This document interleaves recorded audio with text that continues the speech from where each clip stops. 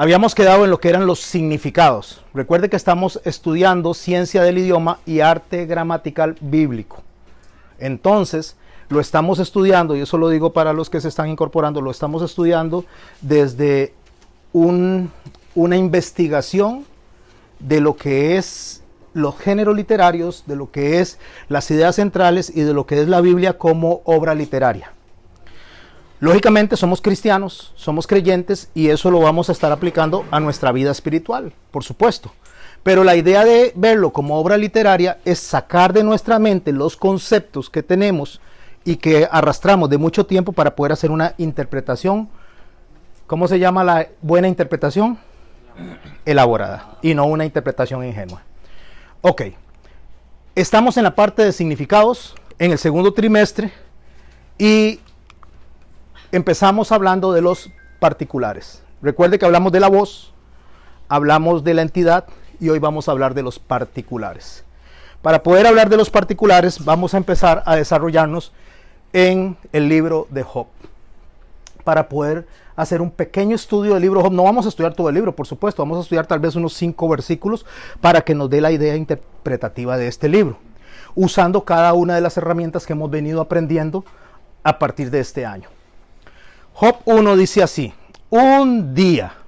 Y cuando eso dice un día, lo que significa es cualquier día. Eso es lo que significa. Un día es cualquier día. O sea, no hay un día en específico en el cual nosotros podamos determinar una fecha. Simplemente nuestra mente tiene que decir, había una vez, érase una vez. Lógicamente que hay algunas cosas que son cuentos, algunas cosas que son fábulas y algunas que son cosas que son historia verdadera. Nosotros tenemos que determinar si el libro de Job es una historia verdadera o es una invención del escritor. Empezamos diciendo, un día vinieron a presentarse, vinieron a presentarse, la implicación que tiene es, vinieron a rendir cuentas. Pase adelante, joven. Vinieron a rendir cuentas. Esto es importante. Porque todo ser, y voy a recalcar, todo ser va a dar cuentas a Dios, sea bueno o sea malo, sea creyente o no sea creyente. No, pero es que ya los creyentes hemos sido juzgados. Sí, vamos a dar cuentas no en cuanto a nuestra salvación eterna, sino en cuanto a qué hicimos con esa salvación. Tenemos que dar cuentas. No pensemos como algunos creen que salvo siempre salvo, y todas esas ideas que usted y yo podemos llegar al Señor y seguir haciendo como que no ha pasado nada. No es así. Agarrándose de un texto que dice que no es por obras para que nadie se gloríe. Eso es, aparte de un error de interpretación, es una excusa para hacer lo que nos da la gana. No, la salvación produce buenas obras. Una persona que se salva va a producir buenas obras. Las buenas obras no me salvan, pero cuando el Señor me salva, es la naturaleza de Cristo en mí a través del Espíritu Santo dar resultados, dar buenos frutos. Así lo dijo el Señor Jesús. Entonces, un día vinieron a presentarse entendiendo que hay una rendición de cuentas. Hay una rendición de cuentas en los cielos, en sus casas. Usted tiene que rendirle cuentas a su esposa le rinde cuentas a usted, sus hijos le rinden cuentas a sus padres le rinden cuentas a sus hijos. Así nos movemos nosotros en rendición de cuentas. Pero yo, ¿por qué le tengo que dar cuentas a mis hijos? Usted sabía que nuestro testimonio puede avergonzar a nuestros hijos. Entonces el rendir cuentas es llevar un testimonio en que nuestros hijos no se sientan avergonzados, porque también eso es provocarlos a ira cuando hacemos cosas que los avergüenzan. Ok, entendiendo que vinieron a presentarse, es una rendición de cuentas. ¿A quién le van a rendir cuentas? A Jehová. Y por eso dice delante de Jehová. ¿Quiénes vinieron a rendir cuentas? Los hijos de Dios. Cuando decimos que delante de Jehová, estamos hablando en la presencia de Jehová. Usted y yo rendimos cuentas en la presencia de Jehová ahora, antes de que estemos eternamente con Él, todos los días. Deberíamos. Si usted y yo no rendimos cuentas, creo que estamos un poquito desubicados. ¿Cuándo se rinden cuentas delante del Señor de nuestros actos? Todos los días. Todos los días vamos y buscamos sus misericordias, porque todos los días nos equivocamos. Y todos los días tenemos que ir delante de Dios y decir, Señor, esto fue lo que hice. ¿Por qué nosotros vamos a pedir perdón por las cosas en que nos equivocamos y fuimos salvos una vez y por siempre y hemos sido perdonados por los pecados de antes, de ahora y de después? Porque nosotros nos rendimos cuentas, no vamos delante de Dios a pedir perdón para que nos perdone, ya nos perdonó.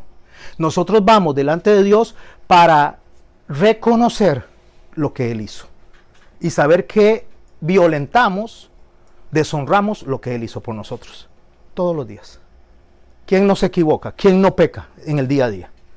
No hay nadie, ¿verdad? Entonces tenemos que rendir cuentas en presencia de Jehová.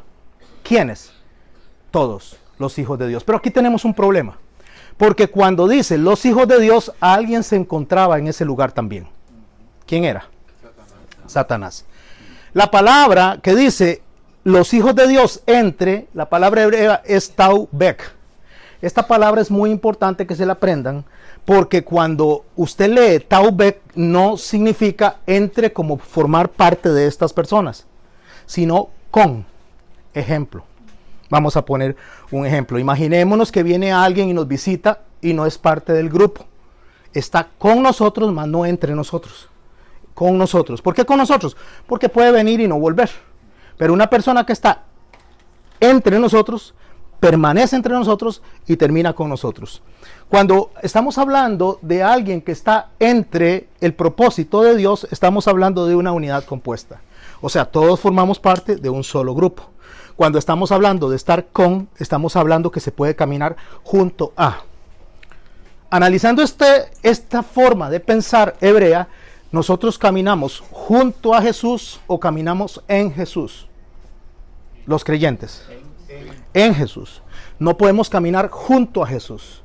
Caminar junto a Jesús no nos hace creyentes así a nosotros. No somos salvos por caminar junto a Jesús.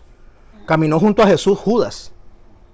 Caminar en Jesús es estar fusionados en Él, porque entonces tenemos la mente de Él y tenemos su conducta impresa en nosotros a través del Espíritu Santo. Eso es una fusión, eso es un ejad, eso es una unidad compuesta. Somos uno en Él. Él lo dijo así en el capítulo 17 de Juan. Señor, al Padre, ¿verdad? Padre, que sean uno como tú y yo somos uno. Que sean uno, ¿quiénes? Entre ellos, y que ellos sean uno en mí. Que si a usted le duele algo, le duele al hermano, me duele a mí. Si usted se goza en algo, me gozo yo y nos gozamos todos. ¿Por qué la iglesia de hoy en día vive lo que vive? Porque no ha entendido eso. Entonces, cuando un hermano se duele, lo se echa. Y dolerse puede significar que el hermano haya caído en pecado. Si nosotros vemos a un hermano caer en pecado, ¿qué dice Santiago que tenemos que hacer los que nos decimos que somos espirituales? Restaurarlo, no pisotearlo.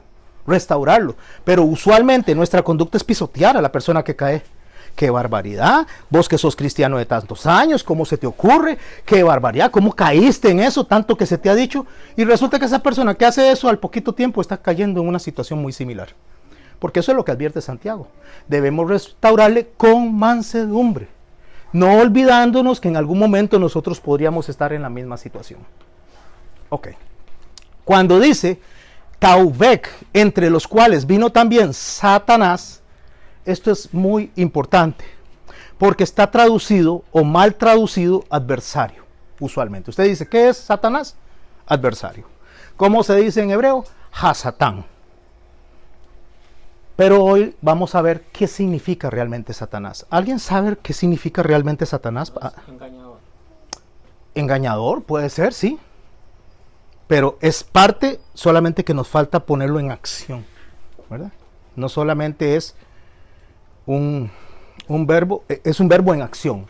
A ver, ¿alguien sabe qué más? ¿Alguno sabe? Divisor. Divisores, diablo. Pero hablando de esta palabra, Satanás. ¿Perdón?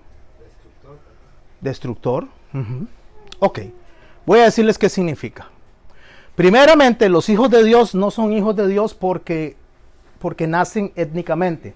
Son hijos de Dios los que están refiriéndose a eso porque son instrumentos de Dios. Y ahora lo vamos a abordar.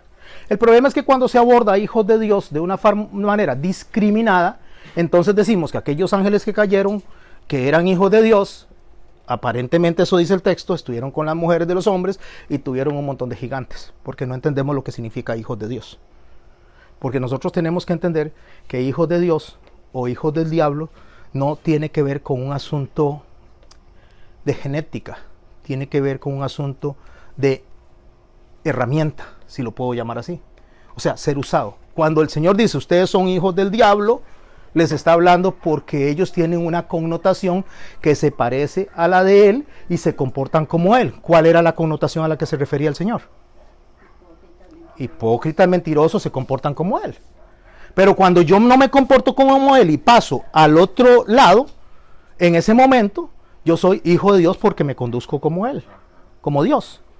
Pero sin malinterpretar de que podemos pasar de la salvación a la perdición y de la perdición a la salvación, nuestra conducta se puede mover entre un punto al otro en cualquier momento. Como Pedro. Eso se llama, como Pedro, exactamente. Eso se llama doble naturaleza. Cuando el Señor le dice a Pedro que, cuando le dice, apártate de mí, Satanás, no es que Satanás lo poseyó, es que estaba hablando bajo una conducta como si fuera Satanás. No que era Satanás, sino que se comportó como si fuera Satanás. Lo mismo que le dijo Job a la esposa. ¿Se acuerda? Hablas como una fatua. No le dijo que era una fatua. Le dijo que su conducta no era la apropiada. Es como que usted le diga a los chiquitos, viene y riegan todo, y usted si es un desordenado, parece un chancho. Usted no le está diciendo chancho. Primero no le diga así, pero es el ejemplo que quiero dar. Parece un chancho. No le está diciendo chancho, le está diciendo que su conducta no es la correcta ni la adecuada. Entonces, cuando Dios menciona hijos de Dios, y ahorita lo vamos a abordar más, como instrumentos debe de interpretarse según el texto que estemos estudiando. Y según el género literario que estemos estudiando. Y según el autor que estamos estudiando. Buenas noches. Sí. Tranquila, pase adelante. Pase adelante. No, bienvenida. Cuando nosotros entendemos eso, nosotros vamos a empezar a dejar de darle a ciertos textos interpretaciones que no las tienen. Como meter a los ángeles a tener relaciones con las mujeres, porque no está hablando de eso. Cuando está hablando de hijos de Dios o hijos de los hombres, en ese momento está hablando de un tipo de autoridad, jerarquía o de personas de renombre. No me voy a meter en ese texto, estoy hablando de capítulo, si me ayuda alguien, capítulo creo que es 3 de Génesis, si no me equivoco. No, 3 o 6. 6, gracias. Gracias. Ok, volvemos a don Satanás. ¿Qué significa Satanás? La palabra Satanás es sotag, que significa desviación, y masit, o sea, sotag masit, extravío. Eso es Satanás, sotag masit. Es una composición de dos palabras. Y lo que significa es el que desvía del camino. Eso es lo que significa Satanás literalmente. Cuando usted estudia la palabra desde su etimología, es el que desvía del camino. Su trabajo es ese. Su trabajo no es mandarlo a usted al infierno ni a mí, no puede hacerlo.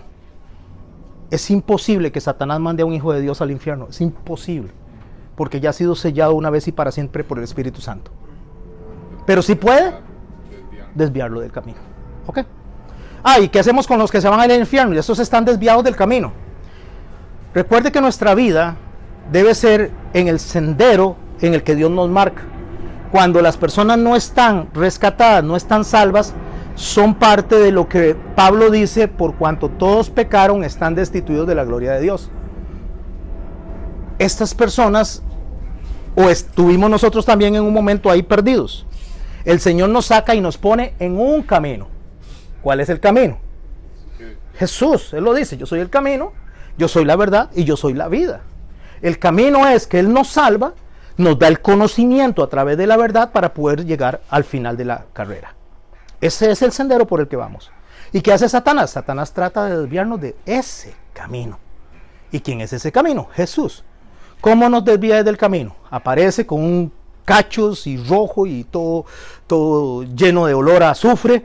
No, hombre, qué susto nos pegaríamos, ¿verdad? Saldríamos corriendo. No, aparece de la forma que a usted más le guste. Lo que a usted más le guste. La debilidad que usted y yo tengamos va a utilizar eso, y entonces eso lo disfraza, incluso hasta con la misma Biblia. Se viste como ángel de luz. Entonces tenemos personas predicando que están desviando a las personas del camino. Por eso es que tenemos que ser personas que aprendamos a interpretar correctamente la palabra de Dios. ¿Por qué? Porque con la misma palabra de Dios podríamos estar fuera del camino. Pablo lo dijo de esta manera: no vaya a ser que se encuentren predicando a otro Jesús que no es el que les hemos predicado. Cuidado, mucho cuidado. Porque cuando nosotros no sabemos y no interpretamos correctamente, podríamos estar no mandando, por favor, no mandando gente al infierno. Eso no podemos hacerlo. Y no mandando gente al cielo, no podemos. Pero sí desviándolos del camino. ¿Bajo la influencia de quién? De Sotag Masid. Sotag Masid. Ok. Seguimos con la parte de los hijos de Dios para entender un poquito más. Doña Marlene. Antes de que pase a otro, ese Tao Beck, eso se puede aplicar a aquello que dice Jesús, que estaban entre nosotros, pero no eran de nosotros. Exactamente, porque iban junto a, no en. Tao es con, o a la par, o a un lado. No es parte de ese grupo. Y eso nos va a ayudar a entender a nosotros qué es lo que Satanás estaba haciendo ahí, en ese momento, durante esa reunión. ¿Qué estaba haciendo Satanás en esa reunión? O sea, ¿qué hacía en medio de una reunión de rendición de cuentas? Solo piense eso. ¿Qué estaba haciendo él? Ok. Para entender un poquito más de lo que son los hijos de Dios, vamos a observar estas traducciones. La Vulgata latina le dice Filii Dei. Filii viene de la palabra filio o filial. La palabra, o de donde viene la palabra filial. Filio es alguien que es amamantado. Viene de ahí la palabra filiación, de la palabra conducción, o sea, quien es amamantado. Eso es la palabra Filii Dei. En la Vulgata latina se traduce como hijos de Dios. En la Septuaginta se le traduce como ángeles de Dios. Y ángeles de Dios no se imagine solo alitas. No se imagine seres celestiales. Ángeles de Dios son mensajeros de Dios que vienen a ser igual que instrumentos o herramientas o servidores de Dios. ¿Vamos bien por ahí? Dependiendo del texto, el contexto, el autor y el género en que esté leyendo, le va a dar a usted la idea de lo que está viendo. Ok. En caldeo son tropas de ángeles. Eso es lo que significa hijos de Dios en caldeo, tropas de ángeles. En siriaco, que sería un arameo siriaco, significa hijos del Padre. ¿Vamos bien hasta ahí? En hebreo, que es lo que estamos leyendo anteriormente, se le podría conocer como hijos de Elohim. Entonces dice que estaban presentes los hijos de Elohim y con ellos, que es lo que acabamos de leer, con ellos, no entre ellos, no formando parte de ellos, sino con ellos, ¿quién estaba? Satanás. ¿Quién es Satanás? ¿Qué es lo que hace él? El que desvía. Ok. ¿Y por qué está ahí con los ángeles él, haciendo eso? ¿Qué es lo que va a hacer? Entre los cuales, Taubek, o sea, con los cuales, no que forma parte de ellos, sino que está con ellos, estaba Satanás. No expresa, hijos de Dios, no expresa solamente relaciones de parentesco en línea recta. ¿Qué significa eso? Relaciones de parentesco en línea recta. No solo significa que usted es hijo del mismo padre o de la misma madre y que ustedes son hermanos o hijos de ellos por ese tipo de relación. Hijos de Dios o hijos en la Biblia, en la Torah, no significa solamente relaciones de parentesco de la carne, de la humanidad, de la línea étnica. ¿Estoy claro en eso? Entonces, ¿qué significa? En hebreo, la palabra hijo significa más que eso, sino que se designa también ya a la pertenencia a un grupo. No solo que lo haya tenido una mujer en el vientre, sino a pertenecer a un grupo. Como decir los hijos de Israel. Como decir los hijos de Babilonia o hijo de Babilonia. No es que Babilonia, el país, vino y tuvo por el canal vaginal un bebé, porque no se refiere a eso. Ni Israel está diciendo que pertenecen a ese grupo. O usted lo lee en algunas ocasiones como hijo de Sión o hijos de Sión. Porque Sión, aparte de un movimiento político en estos días, el Sión es la ciudad santa.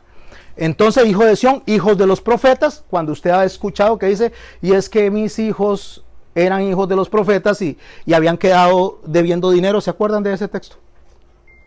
Ayúdenme a recordarlo porque ahorita no lo recuerdo yo. Era con Eliseo o Elías, pastor, que llegó a la viuda, con la viuda de Sarepta. La viuda de Sarepta, exactamente. Ella dijo que sus hijos eran hijos de los profetas. Pero entonces, si son hijos de los profetas, esa señora tenía seguro relaciones con todos los profetas. No es así, es una mala interpretación. Es una interpretación que podría llevar a alguien a decir una estupidez como esa. Por supuesto, porque no estamos entendiendo lo que está significando. La posesión de una cualidad podría ser hijos, o sea, no solamente pertenecer a un grupo, sino tener una cualidad. Hijo de paz. ¿Qué es hijo de paz? Que funciona, produce y se mueve generando paz. Hijo de luz, que da luz. Cuando digo que da luz, no es que da a luz, sino que da luz. Aquí vamos a ver en cuanto a Job, qué es lo que nos interesa a nosotros, en cuanto a la utilización de la palabra hijos de Dios. Para traducir son las relaciones entre los hombres y Dios. Entonces, cuando abordamos el texto que estamos estudiando y comparando según nuestros expedientes que hemos venido aprendiendo, lo que estamos viendo en los hijos de Dios en ese momento está hablando de relaciones. Entre las personas que se relacionaban con Dios en ese momento, en una rendición de cuentas y para hacer un análisis de la situación, llegó este individuo y se hizo presente ahí. ¿Preguntas hasta aquí? ¿Estamos claros? Si hay preguntas, si tiene una duda, tal vez su duda la tengan otros. Entonces la podemos evacuar aquí para que todos salgamos. Vamos aquí y vamos allá. Ajá. He escuchado en algunas ocasiones hablar de este pasaje y pensar de que esa reunión era allá en el cielo. He escuchado personas decir, es que allá se fueron a presentar al trono de Dios, allá al cielo, ¿verdad? Los hijos de Dios, y ahí estaba Satanás también en el cielo. Solo que el pasaje no nos indica eso en ninguna parte. Entonces podría ser simplemente algo especulativo que yo lo diga, porque no lo dice ninguna, nada más dijo que hubo una reunión. Sí. No dice dónde, ¿verdad? Es una de las cosas que debemos de aprender, ahorita voy con usted, una de las cosas que debemos de aprender nosotros, que no vamos a decir más de lo que dice el texto, ni menos de lo que dice el texto. Vamos a decir lo que dice el texto.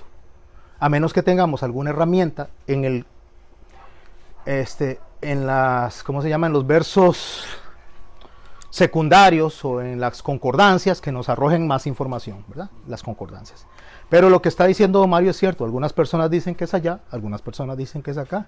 Recuerde que el Señor nos hace a nosotros y nos enseña muy claro a través de nuestro hermano Pablo en el libro de Efesios que tenemos una batalla no en la carne, sino en ¿dónde? En los lugares celestiales, en los lugares celestes.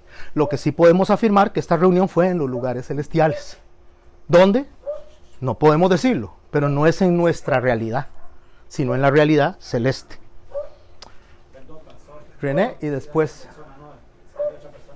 ¿Quién antes? Ya quedó. ¿Quién más? No, que yo creo que tal vez es cuestión de prestarle un poquito de atención al texto. Que dice, un día vinieron, habla de que fueron a un lugar determinado. Ajá. A presentarse delante de Dios. Amén, así es, en la presencia. No habla de que fue en un lugar determinado, digamos como el trono. Exactamente. Pero sí está hablando en un, vamos a decir, en una... Pues no está hablando en una, ¿cómo lo podríamos llamar? Está en una realidad ahí. Un lugar material. Es correcto. Terrenal material, pero sí celestial. Celestial, una realidad celestial, como lo aporta el pastor. Y en esa realidad se está dando este consenso, este concilio, si le podríamos llamar, aunque no es concilio, porque concilio es llegar a conciliar ideas y con Dios nadie llega a conciliar ideas. Dios dice que se hace y que no se hace, ¿verdad? Es que tal vez porque dice que se presentó delante y al decir delante de Jehová, uno dice, bueno, hey, Jehová, el cielo, Él está ahí. Está al frente. Nos imaginamos la escena de Juan en el Apocalipsis, eso es lo que nos imaginamos. O nos imaginamos la escena de Daniel cuando está viendo a los seres vivientes. O sea, esa es la escena que nos imaginamos nosotros. Pero esas escenas sí están claras que es en los cielos. Está claro también, tanto por el profeta Daniel como por el apóstol Juan, que dice que él fue llevado a ese escenario, ¿verdad? Que está en el cielo. ¿Alguien más quiere aportar?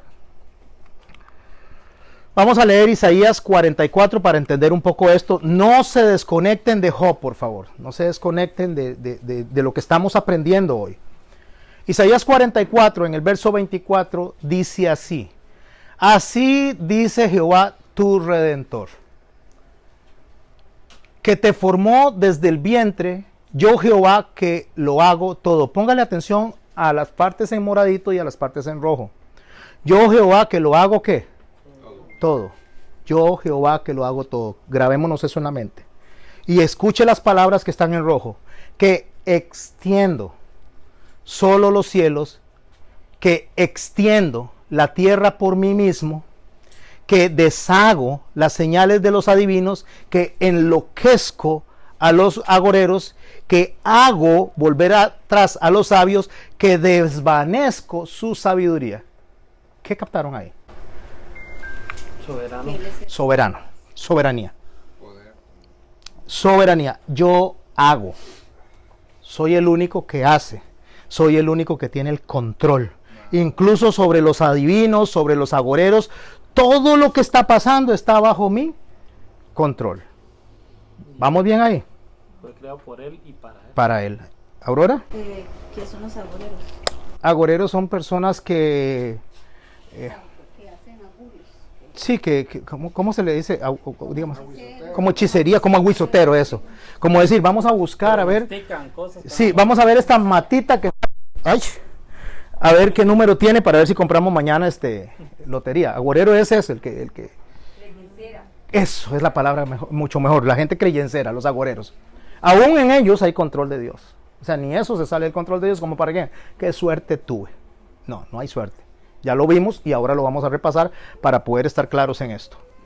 Seguimos, con mucho gusto, seguimos en Isaías 44. Yo, recuerde que estamos hablando, escuchándolo a él hablar.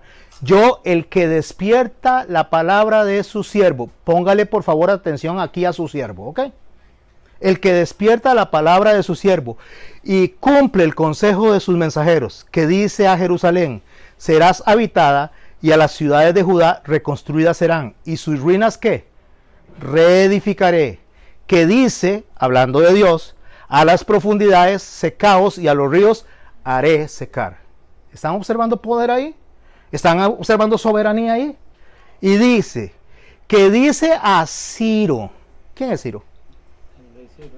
El rey Ciro. ¿Quién está hablando y describiendo todo lo que él hace, el poder que tiene, y va a hacer una demanda al rey Ciro? Dios.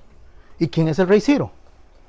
Un hombre que tomó el poder de los hebreos en cautiverio y tenía la decisión, perdón, y tenía la decisión en ese momento de la vida y la muerte de ellos en sus manos. Tenía la decisión esa. ¿Se acuerda lo que le dijo Jesús a Pilato? Cuando dijo que yo tengo el poder de crucificarte o de liberarte. Si no hubiera sido... O sea, usted no tiene nada. No, absolutamente nada. No tiene ningún poder. Ok, veamos aquí. ¿Qué dice de Ciro? Es mi pastor. En otras traducciones dice, es mi siervo. Es mi pastor. Esta palabra, es mi pastor, es mi siervo, tiene la misma connotación de hijo. La misma connotación. La misma connotación de hijo. ¿Por qué tiene la misma connotación? Porque es un instrumento. Porque es una herramienta en sus manos.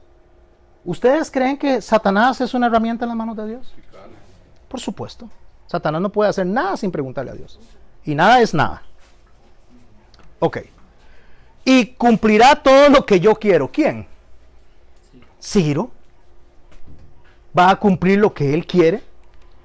Al decir a Jerusalén serás edificada y al templo serás fundado. Ok. Ese hombre, Ciro, cuando Dios determinó, se convirtió en su instrumento. Se convirtió en su hijo. Se convirtió en su ángel. Se convirtió en su herramienta. Póngale el nombre que quiera, pero Ciro no podía hacer otra cosa más que lo que Dios quería. No tenía opción. Pilatos. Piensen en Pilatos. Pilatos viene Claudia Précula y después de que él se está dando cuenta que Jesús no había hecho nada, lo examina, ve que no hay nada. Este hombre es inocente, este hombre hay que soltarlo. Todavía viene Claudia Précula y le dice a este procurador romano, que era famoso por ser sanguinario, había matado a 1000 judíos hacía un tiempo, en una revuelta, y le dice a él, le dice, mira, este hombre dice es santo, es justo, no tenga nada que ver con él. ¿Tuvo ella qué? Un sueño. De hecho, después vemos a Claudia allá en Corinto, en una de las cartas, donde Pablo dice, salúdeme a quién, a Claudia. Pero dejemos a Claudia de lado. ¿Qué es lo que le pasa a Pilato en ese momento? Le entró mucho miedo, le entró mucho temor, y a partir de ese momento quiso soltarlo, pero no pudo, porque había Dios determinado algo en su soberanía que ni siquiera el mismo procurador romano podía soltarlo. ¿Quién crucificó a Jesús? Dios. Y si Jesús es Dios, ¿quién crucificó a Jesús? Él mismo. Ok. Porque recordemos, vamos a hacer un pequeño repaso de cómo funciona la voluntad. Ya lo habíamos visto, un pequeño repaso porque lo hicimos de una manera muy rápida. La voluntad de Dios se divide en 3 partes. No me voy a quedar mucho, solamente para recordar. En voluntad decretiva, ¿qué es lo que dice Dios? Esto se hace. La voluntad permisiva, que es lo que Dios permite que usted haga o no haga, o yo haga y no haga.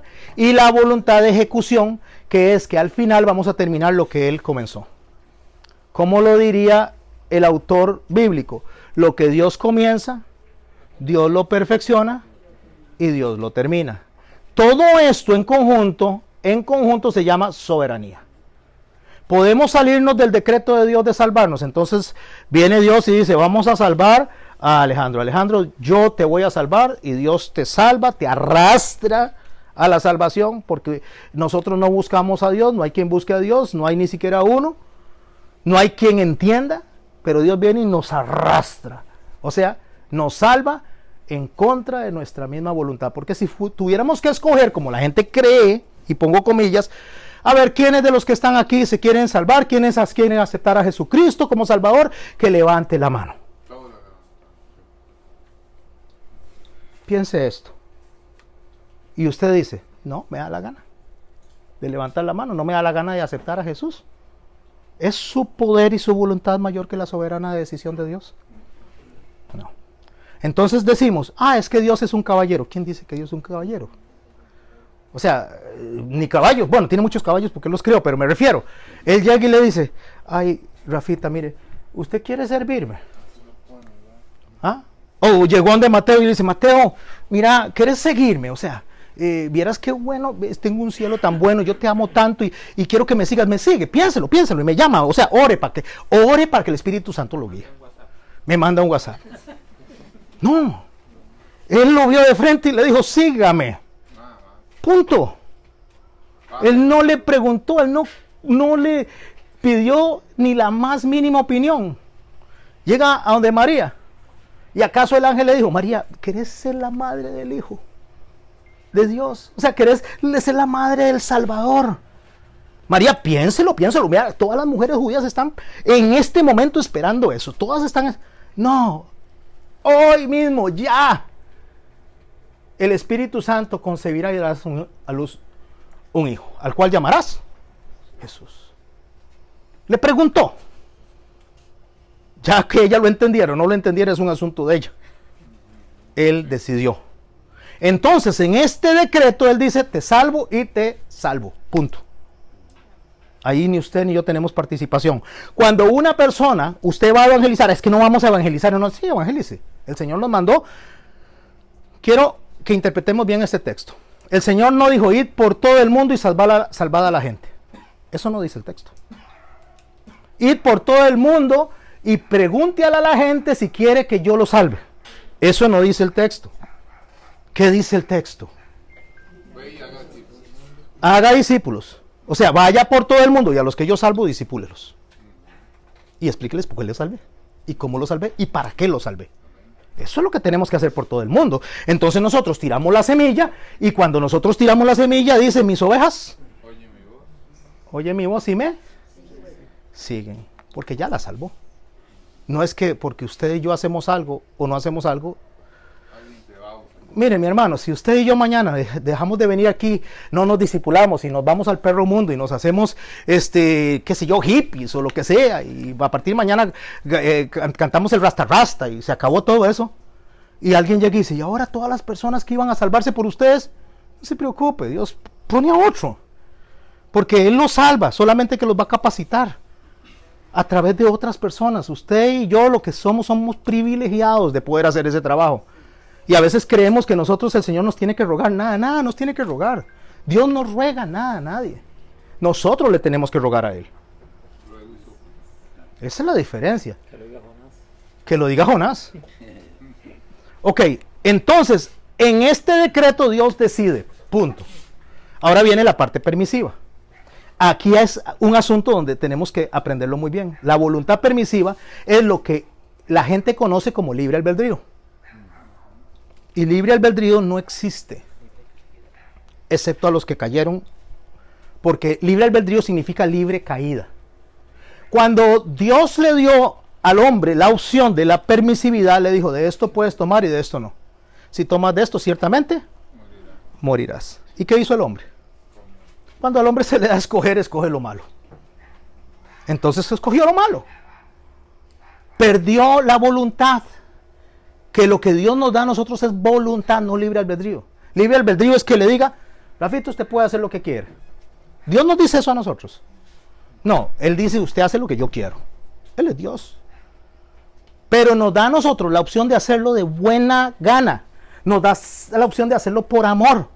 Pero como nosotros no tenemos la capacidad de hacerlo por amor, porque dicen Corintios que si yo canto y no tengo amor, soy como címbalo que retiñe, si yo hago esto y esto y esto y no tengo amor, de nada me sirve, y al final de cuentas me dice quién es el amor, y Dios es amor, y eso es lo que yo tengo que tener a Dios, que me da esa capacidad. ¿Que me da qué capacidad? La voluntad de hacer las cosas.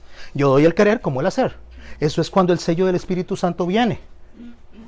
No son los dones que tenemos. Podemos tener muchos dones y al final puede decir, muchos me dirán en aquel día hicimos esto, esto y esto, esto, y yo le digo apartado de mal. No son los dones. Es Dios en nosotros el que produce en nosotros cuando decreta salvarnos y produce en nosotros esa motivación que es la voluntad. Pero yo puedo usar esa voluntad o puedo rechazar esa voluntad. No es libre albedrío. La voluntad, voy Rafa, la voluntad. ¿Qué es la voluntad? Significa que yo tengo el poder que operó en Cristo para resucitarlo de los muertos, opera en mí ¿para qué? Para salvación. ¿Para salvación aquí? No, para desde aquí hasta aquí. O sea, desde el proceso en que decreta hasta el proceso en que terminamos siendo glorificados. Tengo la capacidad del Espíritu Santo para llevar ese proceso por el camino a buen término. Eso es lo que significa.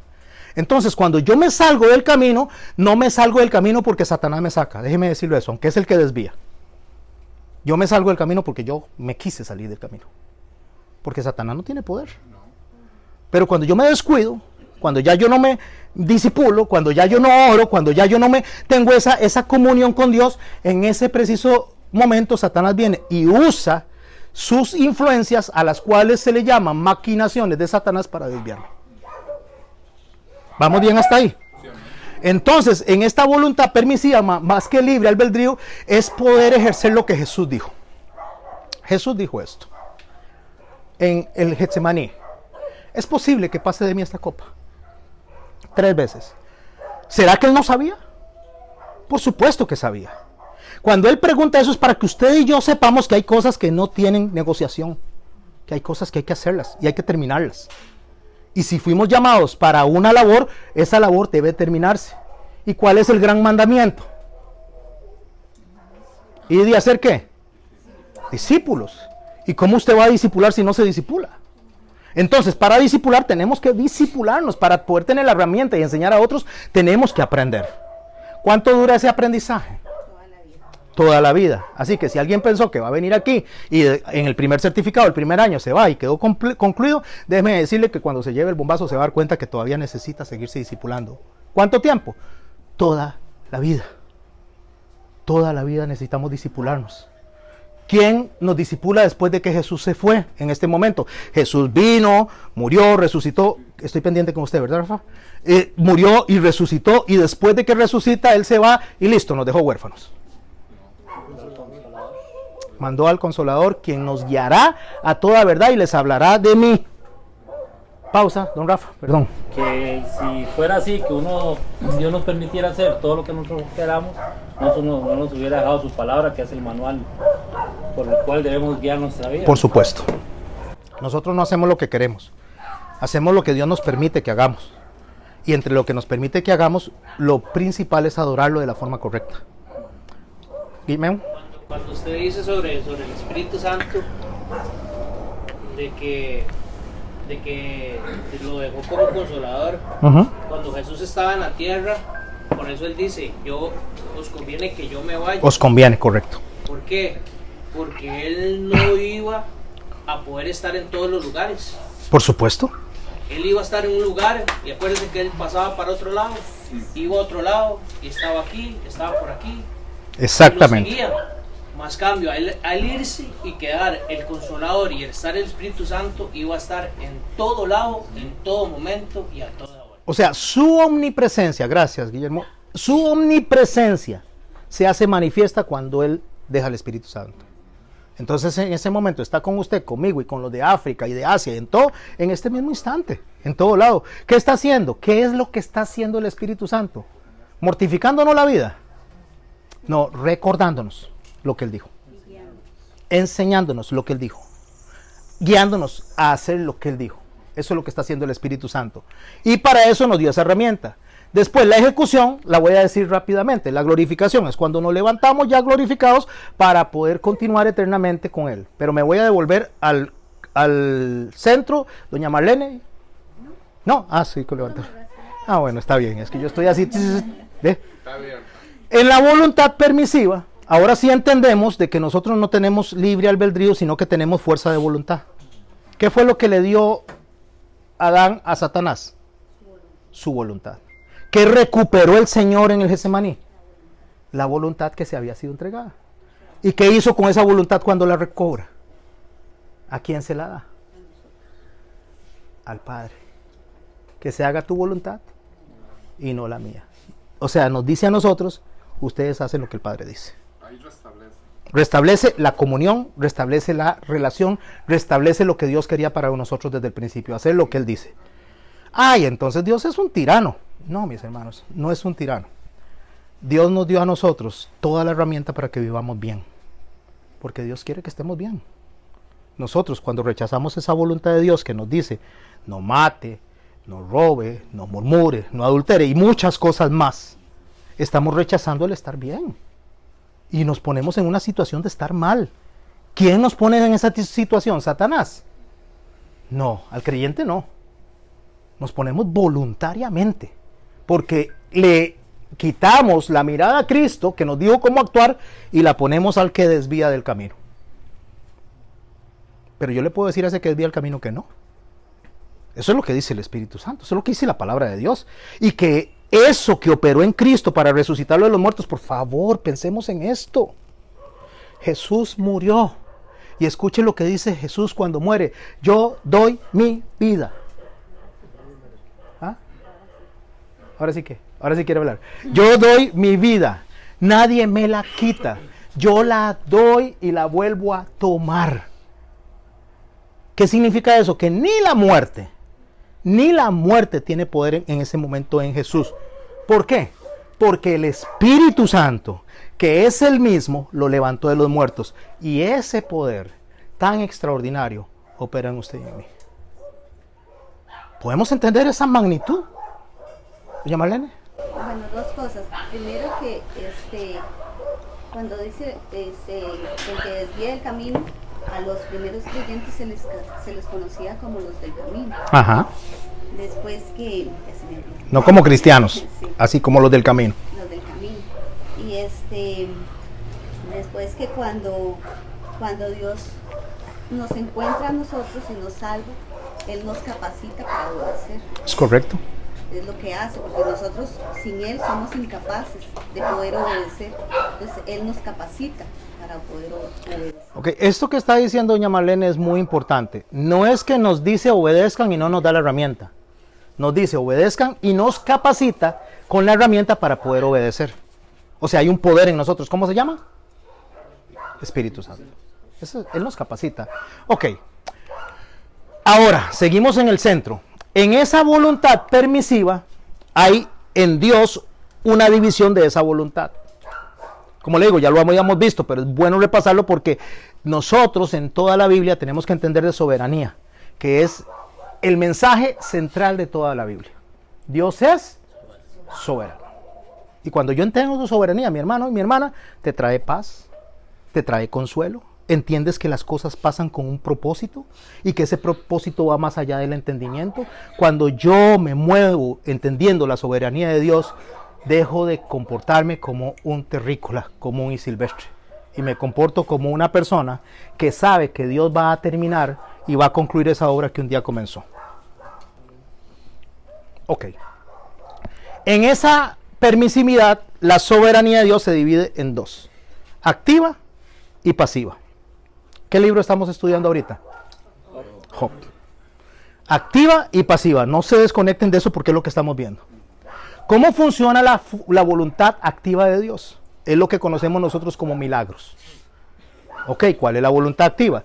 Salimos hacia San José o donde vayamos, viene y vamos a 50 kilómetros por hora, un carro se saltó el alto, dimos 400 vueltas y salimos sin un solo rasguño. Él vino y puso su mano activamente y nos salvó. Otro ejemplo, tenemos un cáncer terminal, Señor, sálvame, Señor, ayúdame, Señor, por favor, sáname. Y Él viene, interviene y le quita a usted el cáncer. Eso es la voluntad activa. Pero resulta que en esos dos ejemplos que dije, Dios no va a aplicar su voluntad activa, sino su voluntad pasiva. ¿Qué es la voluntad pasiva? Es la voluntad de Dios que deja que las leyes naturales caminen. ¿Me explico con eso? Pero pues la persona no se sanó, se murió. Pero su espíritu continúa viviendo por siempre. Pero Dios dejó que eso circulara por una razón que ni usted ni yo entendemos. Entonces, ¿será que no tenía fe? No. ¿Era que tenía mucha fe? No. Es solamente que Dios dejó que pasemos por un tránsito con un propósito eterno que cuando estemos delante de Él probablemente no nos va a explicar, que es lo más seguro. Porque ni usted ni yo lo vamos a entender. Es imposible entender algo de cuando Dios permite ciertas circunstancias. Entonces la gente dice, ¿por qué hay tanta maldad en el mundo? Eso funciona dentro de la voluntad pasiva. Pero cuando Él quiere quitar, quita. Como dijo María en su exposición cuando hizo ese canto tan maravilloso que se le llama el Magnificat. ¿Se acuerdan de algunas estrofas? Él pone reyes y Él quita reyes. O sea, lo que acaba de decir hace un rato, Él de Él mismo. Yo pongo, yo quito, yo hago, yo muevo, yo. Uy, qué Dios más egocéntrico, ¿verdad? Se cree Dios. Pablo dice, le va a decir la masa al alfarero lo que tiene que hacer. Voy, Lumbi. ¿Ah? Eso le vamos a decir a Dios lo que tiene que hacer. No, jamás. El pastor, antes usted habló de la muerte. Mi pregunta es que si a la muerte se le puede ver como un espíritu o una simple fase que tiene que pasar la humanidad. Porque hay gente que, por ejemplo, se murió alguien y dice, no, que es la muerte que él anda buscando. Bueno, ese tipo de presiones.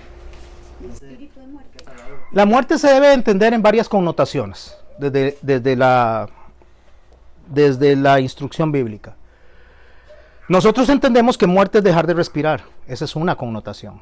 Muerte es alguien que llega, cae, el espíritu vuelve a Dios y la persona no funciona, no respira y se acabó, ¿verdad? La otra connotación de muerte es cuando la persona está incapacitada para hacer algo, o sea, está sucia, está inmunda, es tamé o tameín. Entonces es como que usted tiene un plato y lo tiene sucio y quiere comer en el plato. ¿Qué tiene que hacer con eso? Lavarlo. Entonces en esa connotación, lo que el Señor me dice a mí que es tamé o tameín, yo debo de ponerlo limpio, que es taor. Entonces paso de la inmundicia a la purificación. La muerte en ese concepto significa algo que no está en competencia para ser usado correctamente. Esa es la segunda connotación. Y la tercera connotación, que tiene que ver con la muerte, tiene que ver con una perdición eterna. ¿Ok? Con una perdición eterna. La primera muerte que mencioné yo en dejar de respirar, esa muerte es el último enemigo, como decía un pastor que veníamos escuchando, a vencer. Porque un día esa muerte ya no va a estar. No habrá más muerte, no habrá más llanto. La segunda muerte, que estamos hablando de la impureza, de estar en una posición de Tamé y pasar a Tabor, esa también se acaba. Porque se es quitado Satanás y es eliminado. Pero viene una muerte que esa es la que tiene una connotación eterna. Y es una separación por siempre y para siempre de Dios. Y esa no se quita nunca. ¿Me expliqué? Ahora, si usted me pregunta a mí de la muerte como ente físico para venir a hacer la labor de llevarse el espíritu de ese individuo para el cielo, no es ni Satanás, ni es influencia de Satanás, es un ángel de Dios que guía a los espíritus a su camino. ¿Estamos bien? Pastor, es que, o sea, tal vez lo que Adrián pregunta es lo que se dice popularmente en la jerga evangélica, ¿verdad? Que es el espíritu de muerte. Entonces, que cuando una persona enferma o está pasando por cierta situación, hay que reprender al espíritu de muerte que está operando ahí. Ok, ¿verdad? Y si estamos hablando de una persona que está muriendo porque él es... Es que hay varias cosas que llevan a lo mismo, porque por ejemplo, yo estuve una vez en un grupo y alguien hizo la pregunta, ¿qué es el espíritu? Y casi todo el mundo dio una opinión y cada quien tenía una opinión diferente. Pero saltó alguien y sacó la Biblia y mencionó un personaje que ahorita no recuerdo. De hecho hay varios, hay tres en la Biblia, si no me equivoco. Bueno, lo que he escuchado. Dice, y exhaló el espíritu y murió. Y expiró. Exhaló el espíritu y expiró. Entonces ya se llegó a la conclusión que el espíritu es lo que sostiene viva a la persona. Sostiene viva a la persona. Okay. Cuando el espíritu sale, obviamente la persona... Ya le entendí su pregunta, ok. Ok. Voy a hacer una pausa ahí para explicarle a Adrián y continuamos con lo nuestro. Nosotros somos personas creadas bipartitas, no tripartitas. Cuando usted oye que la gente dice que somos espíritu, alma y cuerpo, eso es un error. Nosotros somos espíritu, alma y cuerpo. Pero eso se divide en dos. Si usted lee Eclesiastés, Salomón dice que el espíritu del que muere vuelve a Dios. Sea bueno, sea malo, sea un animal o sea lo que sea, hay un espíritu que regresa a Dios. El espíritu al cual se refiere en unas de los textos como espíritu de muerte o espíritu de vida es a lo que Salomón está hablando. Hay uno que se llama neuma y el otro se llama roaj. El neuma es de donde viene la palabra neumático. Cuando usted agarra y sopla un neumático y lo infla, usted está ejerciendo una fuerza de neuma.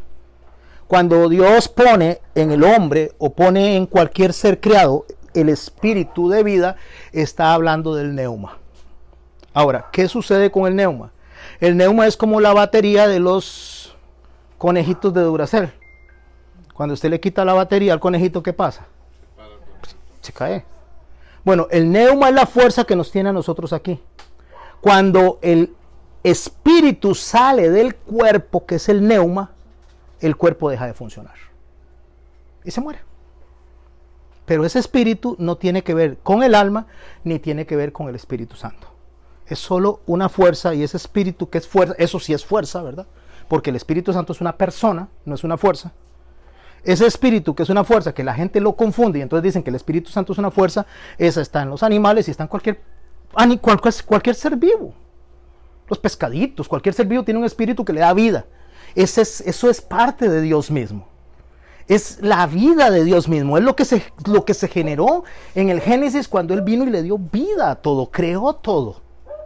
Le puso de su parte un pedacito a todos y por eso hay un montón de gente gnóstica diciendo que somos un pedacito de Dios. No, tenemos la vida de Dios en toda su creación.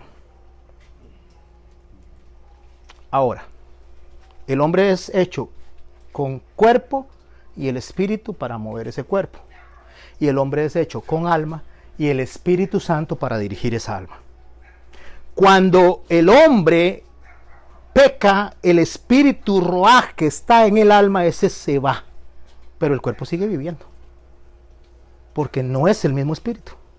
El ruaj, que es ya lo que esa característica de Dios en nosotros que nos hace semejantes a Él, no los animales, sino nosotros semejantes a Él, esa característica, esa pluralidad que nos hace amar, nos hace creativos, nos hace perdonar, todo eso está en su ruaj.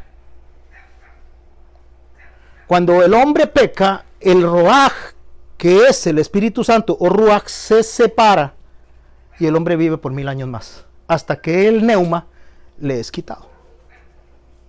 El Señor, cuando dijo, si tomas de esto, ciertamente morirás, la palabra que Él le dijo ahí, o la expresión que le dijo Él, es, si tomas de esto, ciertamente te empezarás a morir.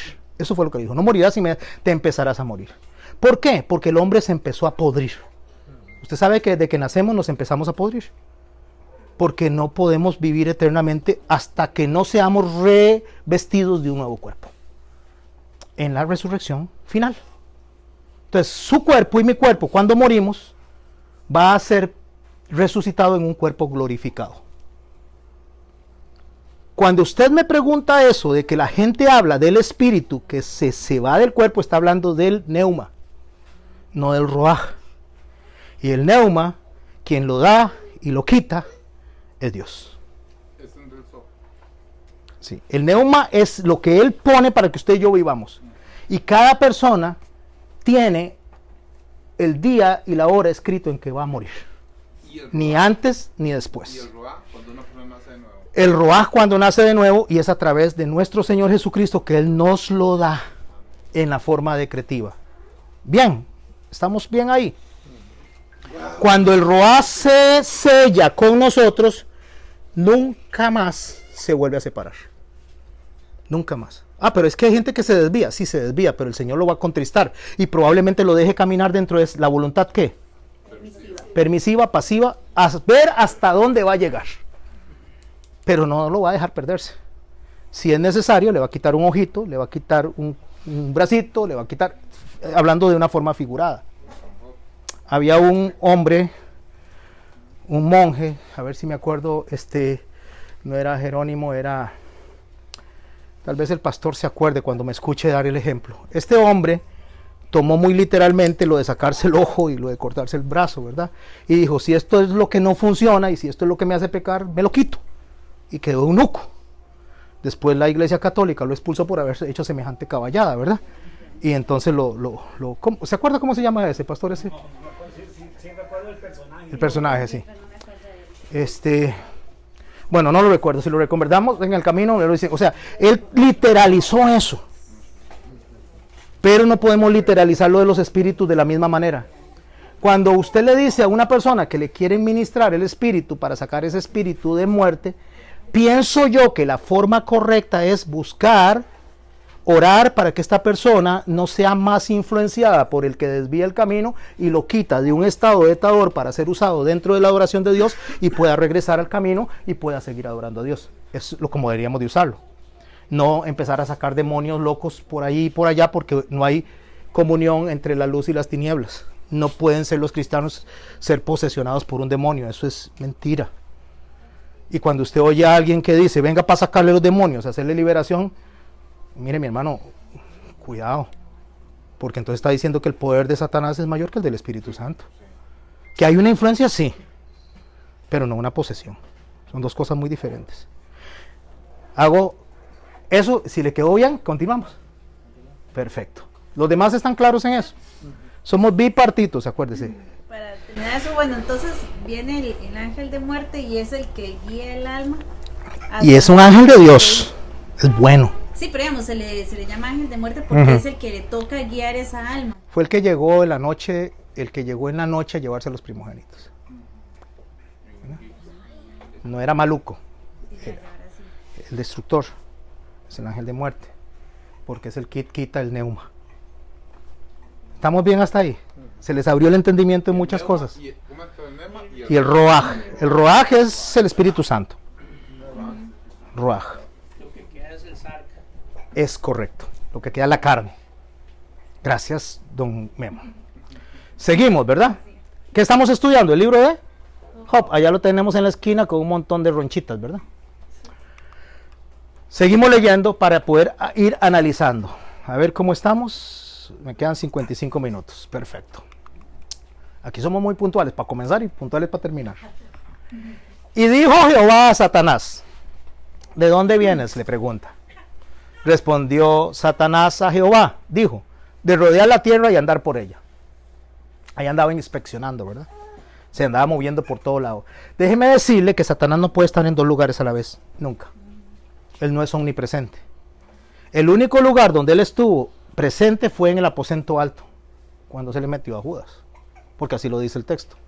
Mientras en otro lado estaban funcionando los diablillos, los bichillos, todos esos de raso de él, ¿verdad? Pero él no puede estar en dos lugares a la vez. Él no tiene ese atributo. Muchas gracias, pastora. No, él no tiene ese atributo. Ese atributo es de Dios. El Espíritu Santo sí puede estar en todos nosotros a la vez. Ando de rodear la tierra. Seguro andaba y decía: a ver, diablillo número 1, ¿cómo me está yendo aquí? Muy bien. Diablillo general, ¿cómo te está yendo aquí? Sí, mira, está bien, pura vida. Diablillo capitán, ahí andaba seguro organizando todo su ejército, ¿verdad? Lo que se conocen como huestes de la oscuridad. La palabra huestes no es negativa. La palabra de huestes es coros o grupos. Puede ser huestes celestiales o huestes de maldad. Huestes es simplemente un grupo. No me destruye. Y Jehová dijo a Satanás: ¿no has considerado a mi siervo Job? Vea qué interesante. ¿Le ha prestado atención a mi siervo Job?, le dice. Considerar es comparar. No lo has comparado con todos los demás que están aquí. Más o menos esa es la idea. Que no hay otro como él en la tierra. Y describe a Job: varón perfecto, recto, temeroso de Dios y apartado del mal. 4 características. ¿Cómo es? Perfecto. Pregunta: ¿somos perfectos? No. ¿Seguros? Vamos a hablar, no vamos a hablar de la obra terminada, vamos a hablar de ya aquí, en este preciso instante que usted y yo pecamos. ¿Somos perfectos? Sí, Doña Marlene, ¿nos puede explicar por qué somos perfectos? porque somos perfectos, creados para lo que fuimos creados, para funcionar como fuimos creados. Somos perfectos para hacer lo que Dios nos manda hacer. ¿Quién nos hace perfectos? El Espíritu Santo, que nos da la fuerza para hacerlo. Si yo quiero agarrar este vaso y cocinar una olla... una olla de carne, sí, o sea, una sopa de carne con bastantes verduras, ¿puedo hacerlo aquí? ¿Por qué? Porque no es apto. Pero quiero tomarme agua en esto, sí puedo, ¿verdad? ¿Por qué?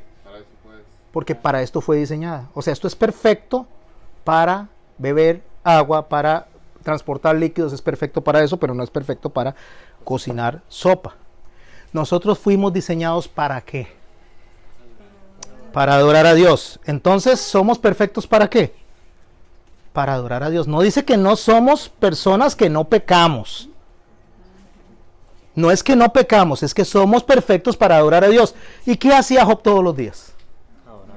Adoraba a Dios, hacía sacrificios por si acaso sus hijos se habían equivocado, ¿verdad? Entonces, él era perfecto. No en nuestro pensamiento, por eso es que interpretamos tan mal las escrituras y pensamos que hablar de perfecto es hablar de sin pecado o sin equivocación. Y no, somos perfectos para lo que Dios nos hizo y nos mandó a hacer. Para eso somos perfectos. Si yo le pregunto a ustedes, ¿qué misión tienen ustedes en la tierra? ¿O cuál es el propósito de ustedes en la tierra? ¿O qué es el llamado que ustedes tienen en la tierra? Probablemente ni ustedes mismos lo sepan, ni yo. Bueno, ya ahora ya yo lo sé, enseñarlos a ustedes. Esa es mi misión aquí en la tierra. Mi misión no es ser pastor, déjeme decirle. Pastoreo porque de rebote estamos ahí, pero mi misión es enseñar a las personas. Para eso me mandó Dios a mí. Que se atrasara esa misión un montón de tiempo, eso no fue un asunto de Dios, fue dentro de la voluntad ¿qué? Permisiva. Pero fui diseñado para ser maestro de Biblia. Ahora pregúntese usted, ¿para qué fue diseñado usted? Tal vez no lo sepa todavía, pero lo va a saber, téngalo seguridad. Cuando ya Dios quiera, dice, para esto. Y no se lo quita de encima. Porque para eso fue diseñado y es perfecto para eso. Ah, pero es que yo me siento perfecto limpiando los baños. Probablemente. Limpiando los baños usted sea perfecto limpiando los baños. Y ahí usted bendice a la congregación, y ahí usted hace que la gente se sienta bien cuando llega, y es parte de todo ese cuerpo, porque necesitamos a alguien que limpie los baños. No todo el mundo predica, no todo el mundo canta, no todo el mundo evangeliza. Todos tenemos una función, y Pablo dice que hasta el más chiquitito de todos es ¿qué? El más honroso de todos. ¿Por qué? Porque todos somos hechos diferentes con una misión diferente, y para esa misión que fuimos hechos somos ¿qué? Perfectos. Y rectos. Ok, ¿por qué era recto? ¿Qué es ser recto? Íntegro, caminaba en la dirección que Dios le había mandado a caminar. No solamente adoraba correctamente, sino que se mantenía diariamente haciendo lo que Dios le mandó a hacer. Eso es ser recto. ¿Temeroso de Dios? ¿Qué es una persona temerosa de Dios? ¿Que le tiene miedo a Dios? Puede tenerle miedo a Dios, pero eso no es lo que dice. Temeroso de Dios es una persona que sabe que Dios es soberano y hace como quiere. Y que usted no se va a salir de eso. Y que Dios lo va a poner en ese camino. Quiera o no quiera. Por las buenas o por las malas. Con paleta o sin paleta. O sea, Dios va a terminar lo que Él comenzó, lo va a perfeccionar y lo va a llevar a su fin. Y si usted y yo sabemos que ese es Dios soberano, ¿para qué patalear contra Él? ¿Cómo que no? Como que no tiene sentido. ¿Cómo lo dijo Pablo? O sea, ¿cómo le dijo Dios a Pablo? ¿Para qué das qué? Patadas contra el aguijón. Patadas de caballo era contra el aguijón. ¿Usted ha visto un caballo cuando se le pega un tábano? Tira la cola y tira patadas y ahí está el tábano pegado. No se lo quita por mucho que brinque. O sea, lo que Dios nos dice a nosotros es que cuando Él decide que don Rafagat, ese era de verdad, que don Rafa hace algo, lo va a tener que hacer. Lo va a tener que hacer. Doña Vilma, ¿qué siente usted en su corazón que Dios le mueve y le motiva para hacer en este trayecto dentro de esta congregación tan hermosísimamente grande que no solamente es donde nos reunimos nosotros, sino alrededor del mundo? ¿Qué misión siente usted que Dios le puso? Orar por todos. ¿Y qué tiene que hacer usted? Orar por todos. Punto. Ella está convencida de que eso es su parte dentro del reino. ¿Y qué tiene que hacer? Hacer lo que Dios le mandó a hacer. Listo. Ah, doña Vilma, mira, es que vos, ¿por qué no venís? Doña Vilma, te necesitamos que vaya a todo el mundo y a todas las ciudades y a las naciones a predicar. ¿Qué tiene que hacer, doña Vilma? Orar. Pero a veces queremos hacer lo que no se nos mandó a hacer. Y terminamos arruinando, no la obra de Dios, es imposible, pero el propósito que Dios nos dio. Y apartado del mal. Déjeme decirle que ahí no dice apartado del mal, ahí dice apartado del malo. ¿Qué significa eso? ¿Quién es el que influencia a salir del camino? ¿Y él es apartado de qué? De ese malo. ¿Por qué está apartado de ese malo? Porque no podía ingerir en él de ninguna manera. Entonces, como está apartado del malo, ¿sabe qué hace el malo? Aquí vengo a la reunión a decirle algo a Dios. Mira, usted lo cercó a él y no le puedo hacer nada. No le podía hacer nada, ni le iba a poder hacer nada nunca. Hasta que Dios dio ¿qué? Permiso. Seguimos leyendo Job. ¿Se acuerda que tenía a Job en la mente? Cercado. Dice la palabra. Respondiendo Satanás a Jehová, dijo: ¿acaso teme Job a Dios en balde? O sea, por nada. O sea, es que Dios viene y le es temeroso a Dios por nada. No. ¿Sabe qué es lo que le está diciendo él? Él le está diciendo que toda persona tiene su precio. O sea, todo el mundo tiene su precio. No le has cercado alrededor de él y a su casa y a todo lo que tiene, al trabajo de sus manos has dado bendición, por tanto sus bienes han aumentado sobre la tierra. Lo que Satanás le está diciendo a Dios, él te adora porque está bien. Él dice que te ama, pero porque lo tienes bien. ¿Sabe por qué? ¿Por qué Job se disipula? Vamos a traerlo a nuestro concepto. ¿Sabe por qué Job se disipula? Sí, porque usted lo tiene bien. ¿Sabe por qué Job va a la iglesia los sábados? Porque lo tiene bien. ¿Sabe por qué Job ora? ¿Por qué doña Vilma ora? Porque la tiene bien. ¿Sabe por qué el Señor se reúne y llama a los hermanos y los abraza a todos? Porque lo tienes bien. Pero quítele esa cerca y va a ver cómo blasfema contra ti. Eso es lo que le dijo. Entonces, en Isaías, para entender lo que es cercado y lo que estaba funcionando de Job, vamos a devolvernos un poco al contexto, a los expedientes. En Isaías 5, 1 al 7, hay una parábola que se llama la parábola de la viña. Póngale mucha atención, por favor. Ahora cantaré por mi amado. El cantar de mi amado a su viña. Es una parábola. No es una historia verídica, es una parábola. Tenía mi amado una viña en una ladera fértil. ¿De quién está hablando? De Dios. La había cercado. Eso es lo que Satanás le está reclamando a Dios. Lo cercaste. Lo protegiste. ¿Por qué él va a hacer otra cosa diferente si lo tienes protegido? Déjemelo a mí para que vea cómo le saco todas las lágrimas y cómo le saco todo. Póngalo en mis manos para que vea que Job no es lo que dice ser. Le había cercado y despedregado, quitó las piedritas para sembrar y plantado de vides escogidas. Vides son uvas dulces escogidas. Había edificado en medio de ella una torre. ¿Para qué la torre? Para vigilar. Y hecho también un lagar para guardar las uvas cuando produjeran. Y esperaba, ¿quién esperaba? Dios, que diese uvas, y dio uvas silvestres. Pensó que diera uvas dulces para producir un buen vino, y le salieron unas uvitas que son bien ácidas, bien feitas para comerlas, y mucho menos para hacer vino. Iba a decir ceviche, pero no sé por qué se me vino a la mente eso. Ahora pues, ¿ah? Sí, debe ser. Ahora pues, vecinos de Jerusalén, varones de Judá, vecinos de Jerusalén, varones de Judá, juzgad ahora entre mí y mi viña. ¿Quién está hablando? Dios a través de la parábola. Juzguen. ¿Quién se equivocó? ¿Ellos o yo? ¿Quién hizo lo incorrecto? ¿Ellos o yo? Yo los cerqué para algo y no hicieron lo que les mandé a hacer. Eso es lo que está diciendo. Es lo que está reclamando Satanás a Job. Usted lo está protegiendo para algo y por eso hace ese algo, porque usted lo tiene protegido. ¿Estamos claros ahí, mis hermanos? Y pregunta en el verso 4, escuche, pregunta en el verso 4 el Señor en la parábola: ¿qué más se podía hacer a mi viña? O sea, ¿qué más le puedo hacer yo a esta viña que no le haya hecho en ella? O sea, ¿qué más le voy a hacer? Le he hecho toda la bondad, le he hecho todo el bien, los he cuidado, los he amado, los he protegido, les he librado de la muerte, les he librado de las enfermedades. ¿Qué más puedo hacer?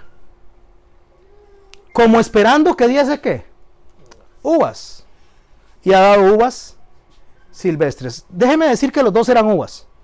Pero una ácida, chiquitilla y fea, y las otras uvas grandes y dulces. Los dos, uvas globo. Los dos son uvas. Ok. Antes de regresar a Job, ¿a quién tenemos que tener en la mente? A Job. Estamos estudiando de Job y usando los expedientes. Ya ustedes saben que son expedientes, ¿verdad? Ok. Tenemos en la mente eso. Vengamos a nosotros. Dios trajo a don Alejandro aquí para que aprendiera algo que él deseaba aprender probablemente, o no lo deseaba tal vez, pero al final de cuentas lo trajo. Él trajo a Memo, él trajo a Gina, él trajo a Sergio, él trajo a Erika, él trajo a Lumbi, a Michelle, y ahí voy diciéndole a cada uno de todos: están aquí porque Dios quiso cercarlos, enseñarles, protegerles, para que hicieran el propósito y cumplieran el propósito para el cual fueron cada uno llamados y diseñados. ¿Estamos bien hasta ahí?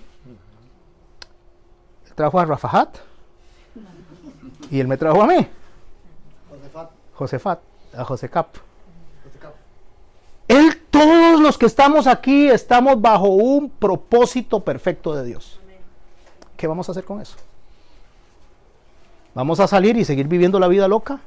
¿Vamos a seguir haciendo lo que no debemos de hacer? ¿O vamos a aprender y ponerlo en práctica para que Dios pueda usarnos eficazmente? No porque Él es ineficaz, sino porque nosotros somos los ineficaces. Para que pueda usarnos eficazmente en el propósito para el cual nos diseñó. ¿Qué más voy a hacer? Dice. ¿Qué más voy a hacer? Ya les di la enseñanza. Para que todos aprendan cómo quiero ser adorado. Para que todos aprendan, por lo menos en este grupo, ya mandé a este señor. ¿Qué más puedo hacer? Rechazan la enseñanza. No estoy diciendo ustedes, ¿verdad? Estoy hablando de una forma generalizada. Prefieren otras cosas. Me ponen en segundo lugar. Me ganan lo bueno por lo mejor. ¿Me estoy explicando? Porque podemos estar haciendo cosas buenas, pero no lo mejor.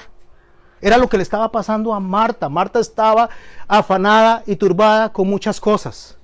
Y llega y le reclama a Jesús y le dice: Jesús, ¿no te da que mi hermana está aquí hablando contigo mientras yo estoy haciendo tantísimas cosas? Y Jesús le dice: Marta, Marta, afanada y turbada con muchas cosas. María escogió ¿qué? El mejor lugar, y no le será quitado. Mis hermanos, lo que ustedes aprendan aquí, lo que aprendan en los discipulados que da el pastor, lo que aprendan en la iglesia, todo eso es eterno. Eso nunca va a ser quitado. Nos vamos y dejamos todo lo temporal, dejamos la casa, dejamos la familia, dejamos la plata, dejamos todo, la ropa, todo, pero nos vamos a llevar lo que aprendimos, porque eso que hemos aprendido no se queda en el sarx, no se queda en la carne, eso se mete en el alma y se va con nosotros. Entonces cambiamos lo temporal por quitamos lo eterno y lo cambiamos por lo temporal. Entonces vemos personas que se quedan jugando fútbol, vemos personas que se quedan en otra cosa, vemos personas que prefieren irse para la playa. ¿Está malo que vayan a la playa? No, eso es bueno, pero no es lo mejor. Porque esto es lo mejor. ¿Y qué hacemos, pastor? ¿Cómo hacemos si yo quiero tener una vida normal? Usted sabe que usted y yo perdimos nuestra vida normal, mis hermanos, cuando el Señor nos llamó. Ya no tenemos una vida normal. La vida normal queda para el mundo. Nosotros tenemos una vida especial. Porque especial fue quien nos salvó para que sirvamos y vivamos para Él por siempre y para siempre. ¿Cuándo? 24 horas, 365 días. ¿O no se había dado cuenta? Ay, es que mi chiquito, es que mi chiquita, ve a ver cómo equilibra su tiempo.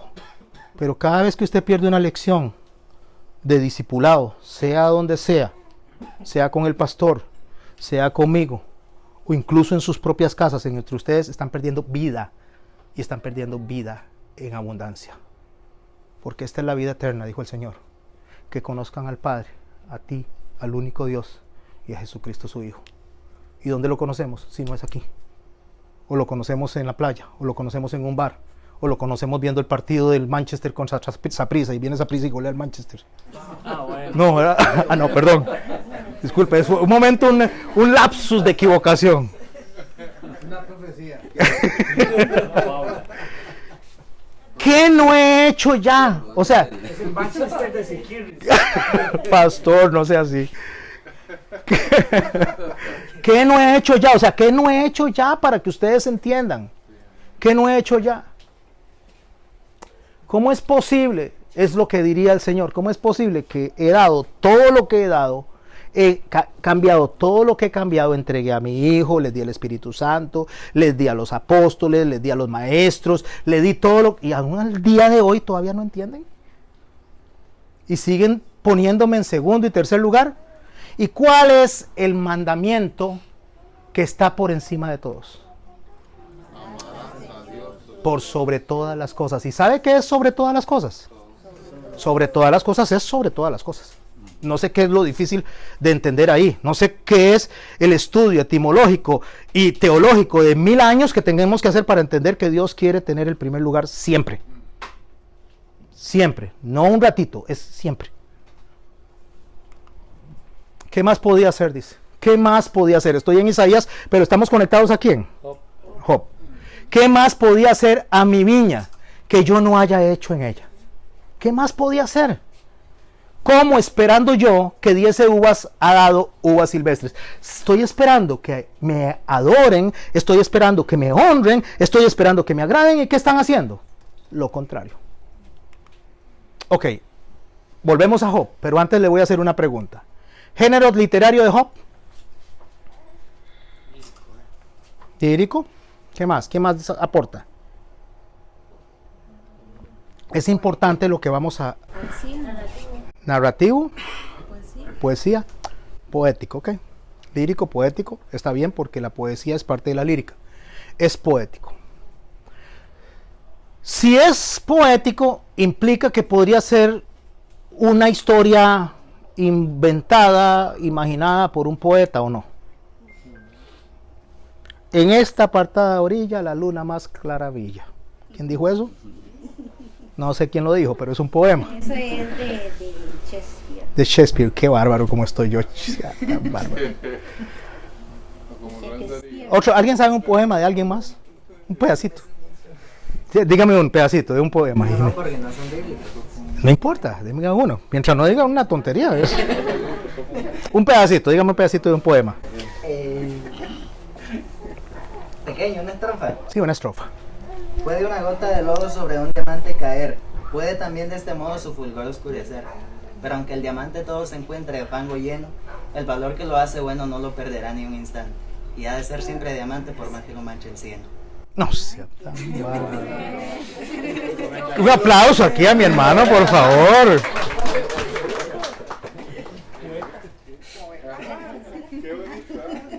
El poema lo que procura es llegarle a las emociones y mantener mantener la idea fresca. Si yo les hago una canción a ustedes o ustedes hacen una canción, voy a decir algo, no estoy tan bueno como mi hermano Lumbi, ¿verdad? Pero vamos a cantar. Los pollitos dicen pío, pío, pío cuando tienen hambre. La gallina busca, le da la comida. Uy, qué cargas que somos. ¿Sabe por qué? Porque nos los cantaron de niños y la música y la poesía hace que el mensaje se grabe para siempre. Por eso Job es un poema. Por eso los salmos son cantos. Tienen el propósito de grabarse. Ese es el propósito, de grabarse. Ok, pero resulta que ese poema es de un personaje real o un personaje ficticio. Real porque es lírico. Real porque es lírico. ¿Será que todas las canciones son reales? ¿O todos los poemas son reales? El que sea poema no lo hace real, ¿verdad? Ahorita seguimos con eso. Yo digo que es real porque Dios lo llama hijo. Porque Dios lo llama hijo. Bueno, vamos a buscar los expedientes para darle base y sólida a nuestro argumento. Porque entonces alguien nos dice a nosotros, nos tira, ¿y dónde dice en la Biblia eso? Y nosotros tenemos que tener argumento bíblico, ¿o no? Porque si no sería una prédica de opinión. Y no es lo que yo opino, es lo que Dios dice.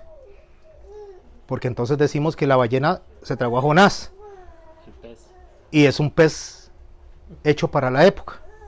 Pero decimos ballena porque un montón de gente lo dice. Y repetimos que la ballena se tragó a Jonás. Con la manzana que comió Eva. O la manzana que se comió Eva. O Pablo se cayó del caballo blanco.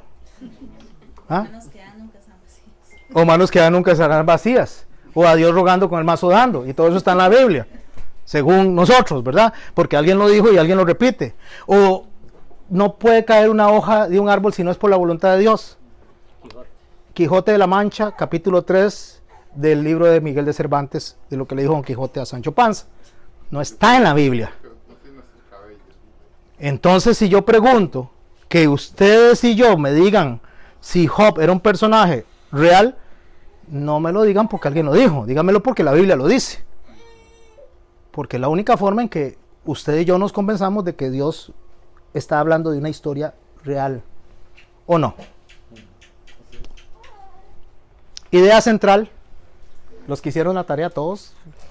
Idea central de Job, del libro completo. Pastor, perdón, ¿puedo decir algo? Por supuesto, mi hermano, don Job, mi amado hermano, pastor simpático. ¿Cómo podemos nosotros decir que Job era un personaje real? Sencillo. Hay otros autores de la Biblia que lo nombran como Correcto. una persona, como alguien que realmente existió. Correcto, a eso es lo que vamos a abordar. ¿Quiénes lo mencionan dentro de la misma Biblia? No, ahorita los vamos a abordar. Pero el pastor dijo lo correcto, porque la misma Biblia dice que él es un personaje real. Idea central. La soberanía. Soberanía de Dios. ¿Se acuerdan los 3 amigos? Uno dice, no, mira, que es porque pecaste. El otro, mira, porque no pecaste. Mira, porque son los antecedentes. ¿Quién sabe qué estás haciendo? Y hay uno que está sentado ahí escuchándolos a todos. ¿Cómo se llama ese hombre? Joven. El más joven. Elifaz. ¿Elifaz es o Eliú? Es con él, no me acuerdo. Elifaz. Bueno, le voy a decir. Es Eliú o Elifaz, el que está hablando ahí el más joven, pastor, con Job. ¿Perdón? Eliú o Elifaz, es el último. El último. Creo que es el más joven. El más joven. Bueno, Eliú o Elifaz, uno de los dos. Vamos a dejarlo ahí, investíguenlo en la casa y lo apuntan. Ok. Creo que es Elifaz. Elifaz, sí. Bueno, resulta que este señor le dice a ellos, no es ni por lo que usted dice, ni por lo que usted dice, ni por lo que usted dice. Es más, ni es por lo que Job dice. Yo soy el más joven, estoy parafraseando la historia. Y ustedes deberían de enseñarme a mí. Pero ahora cállense porque yo les voy a enseñar a ustedes. Y empieza a explicarles de soberanía. A ellos, de soberanía de Dios. Entonces, la idea central, ¿quién es? Ese Elifaz está en el capítulo Elifaz, gracias. ¿Capítulo? 15. 15. La idea central es, ¿por qué es importante conocer la idea central y por qué es importante conocer el género literario? Para saber qué es lo que estamos estudiando, qué estamos leyendo. Destinatarios, ¿quiénes son? ¿A quién se le escribe el libro de Job? ¿Sabía usted que fue el primer libro de la Biblia escrito? A los hebreos, a ellos, a su pueblo, a los que les iba a entregar aquellos mandamientos, aquella Torá, aquellos 5 libros del Pentateuco, se les va a entregar esto, a esto se les escribe Job para que entiendan que esto que van a recibir está dentro de la soberanía de Dios.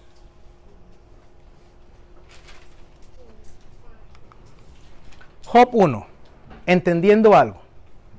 Pongámosle atención. Pero extiende tu mano ahora y toca lo que tiene y verás si no blasfema contra ti en tu misma presencia. ¿Qué le está diciendo? Que Job tiene su precio. Solamente quítele lo que tiene y va a ver cómo blasfema.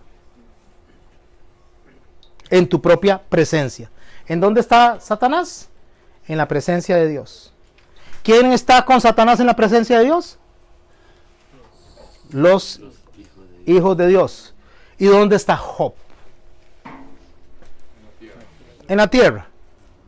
Pero él le dice que va a blasfemar en su propia presencia, porque la presencia de Dios no es un sitio, no es un lugar, sino es donde Dios está presente. Eso es presencia. Como en el Él es Salmo. omnipresente. En el Salmo. Omnipresente. En cualquier parte, y en cualquier parte tenemos que rendir cuentas. ¿Está presente Dios aquí? Ajá. Y si ustedes están pensando cositas feas, están llegando a la presencia de Dios. O yo. Porque Él ve nuestra mente y nuestro corazón, Él no ve la apariencia. Estamos en la presencia de Dios 24 horas, 365 días, toda nuestra vida. Y estamos rindiendo cuentas toda esa vida. ¿Entendemos eso? Bien serio es. Seguimos leyendo. Dijo Jehová a Satanás, he aquí todo lo que tiene está en tu mano. ¿Qué hizo Dios? ¿Le dio qué? Le dio permiso. Le dio permiso. Ahí está todo lo que tiene. Solamente no pongas tu mano sobre él. O sea, no lo toques su cuerpo. Y salió Satanás delante de Jehová. Hasta ahí vamos a estudiar lo que tiene que ver con esos textos de Job. Ahora vamos a interpretar algunas cosas usando los significados. El significado aparente es que Satanás tiene ¿qué? El control. Ustedes ven esa imagen de arriba en la esquina derecha. ¿Qué es eso? Gulliver. Liliputenses. Y los liliputentes. ¿Era Gulliver una figura histórica? No. ¿Era un personaje real? No. Tal vez los chiquitos pequeñitos digan, ay sí. Es un personaje real. El significado aparente es que Satanás tiene el control. Pero el significado auténtico es que Dios es soberano. Ese es el significado auténtico. Y el significado histórico, ¿qué es entonces lo que se desarrolla? ¿Una historia inventada o una historia real? ¿Es Job una historia verdadera entonces? Bueno, por lo que dijo el pastor, ya lo sabemos. Pero vamos a abordar los expedientes. La apología del libro, que es la defensa del libro, apología es esto. Apología es el discurso que se realiza en defensa o alabanza de algo o de alguien. Se trata de expresiones orales escritas o de otro tipo que se difunden con la intención de brindar apoyo a una persona, en este caso, ¿a quién vamos a defender? A Job. Una organización o una causa. Eso es apología. Apología es defender algo. Persona, organización, idea, es una defensa. Eso es un estudio apologético de algo. Eso es lo que vamos a hacer, un estudio apologético de la persona de Job. Para que cuando alguien nos diga a nosotros que eso es inventado, nosotros podamos responderle. Porque muchos creyentes, en ignorancia, dicen que la historia de Job es ficticia, como lo dicen del Génesis. ¿Sabía usted? De la creación. Siendo creyentes. Ok. Algunos críticos dudan que Job fuera una persona real. Estoy hablando de críticos, teólogos de mucho renombre. Piensan que fue un personaje inventado para enseñar una lección en cuanto a sufrimiento. Pregunta: si ese crítico le dice a usted que Job, la idea central es enseñar del sufrimiento, ¿qué le contestaría a usted? ¿Esa es la idea central del libro? ¿Para eso se escribió ese libro? ¿Qué enseña Job entonces? Soberanía. Eso es lo que enseña ese libro, soberanía. Por eso, según ese criterio que acabamos de decir, de que Job es una historia inventada que enseña de sufrimiento, se debe valorar ese libro de la misma manera que se valoran los mensajes parabólicos, o sea, las parábolas, como el buen samaritano. ¿Era el buen samaritano un personaje real? No. ¿El hijo pródigo era el hijo pródigo un personaje real?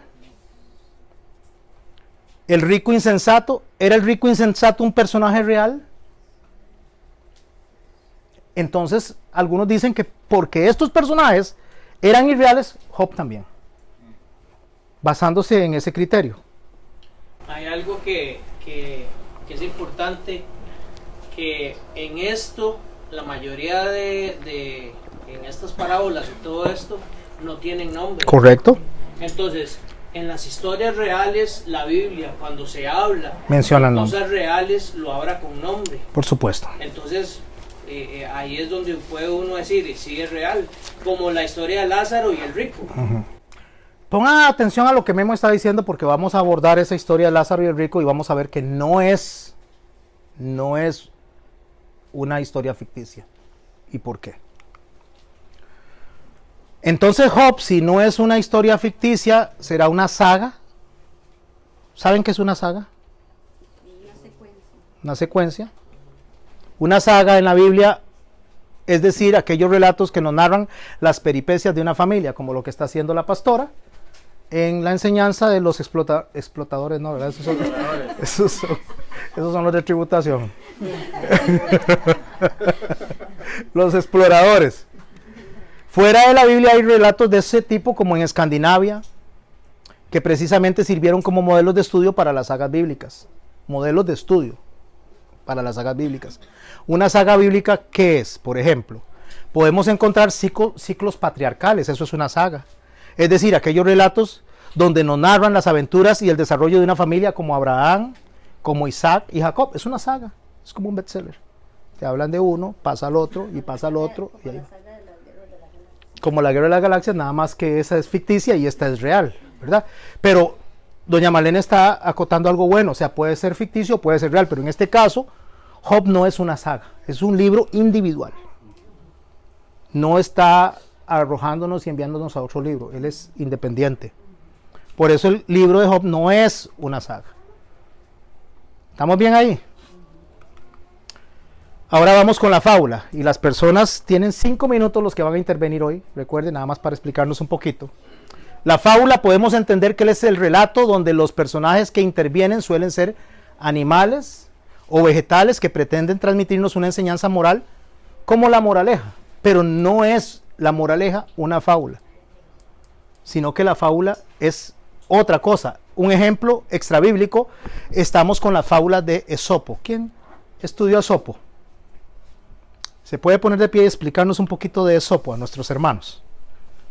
Bueno, lo que yo investigué dice que, bueno, explicando esa parte, que las fábulas son narraciones parecidas a los cuentos, protagonizadas generalmente por animales, dioses u objetos animados, pero que en la narración tienen características propias del ser humano. O sea, es que tomen animal, objeto y le den características humanas.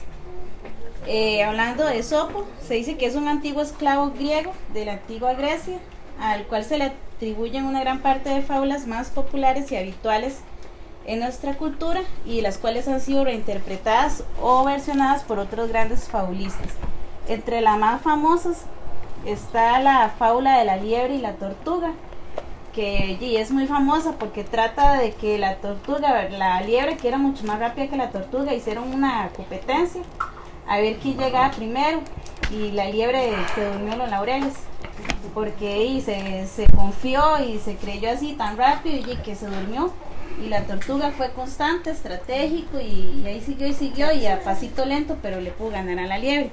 Entonces deja una enseñanza detrás de ello, ¿verdad? Que uno tiene que ser siempre constante y ponerse una meta fija y no, digamos, ver la meta, no ver mis dificultades o mis cualidades, sino es que enfocados en la meta.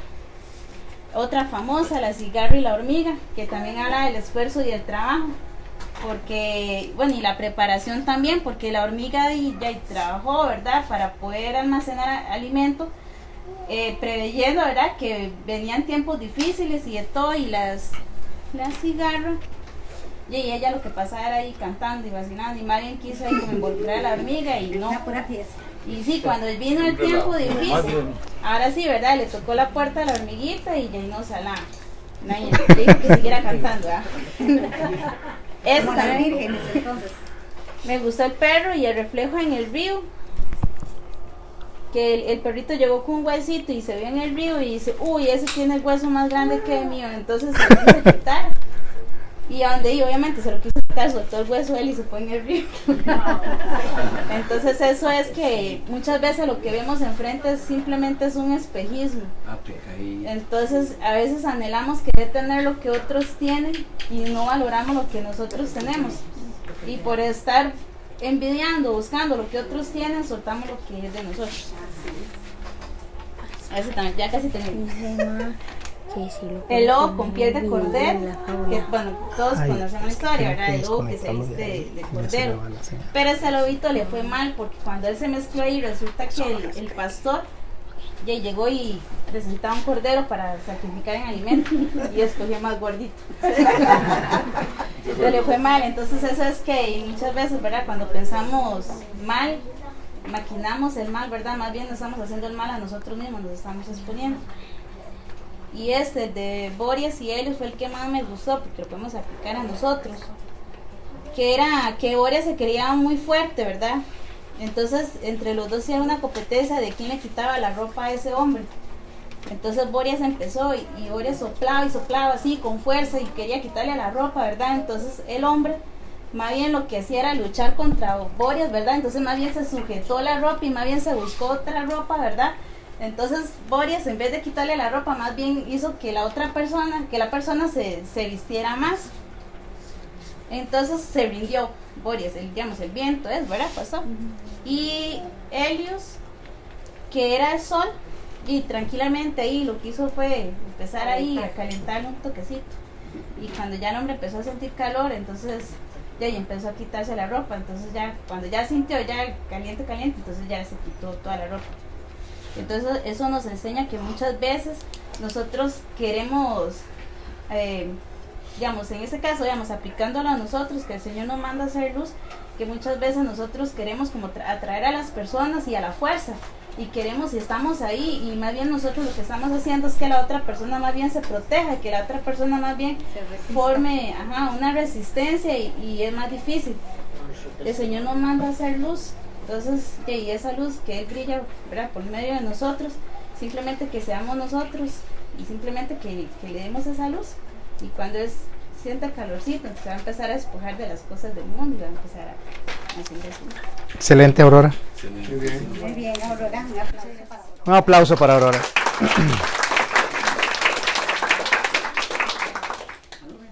¿Por qué estoy abordando esto? Porque estamos estudiando la Biblia como obra literaria. Y la Biblia tiene fábula. Y fábula no es lo que ven en la tele de El Correcaminos o cuando ven a Bob Esponja. No, eso no es lo que estamos hablando de aspectos literarios, o sea, estamos hablando de obras literarias, ¿verdad? La fábula.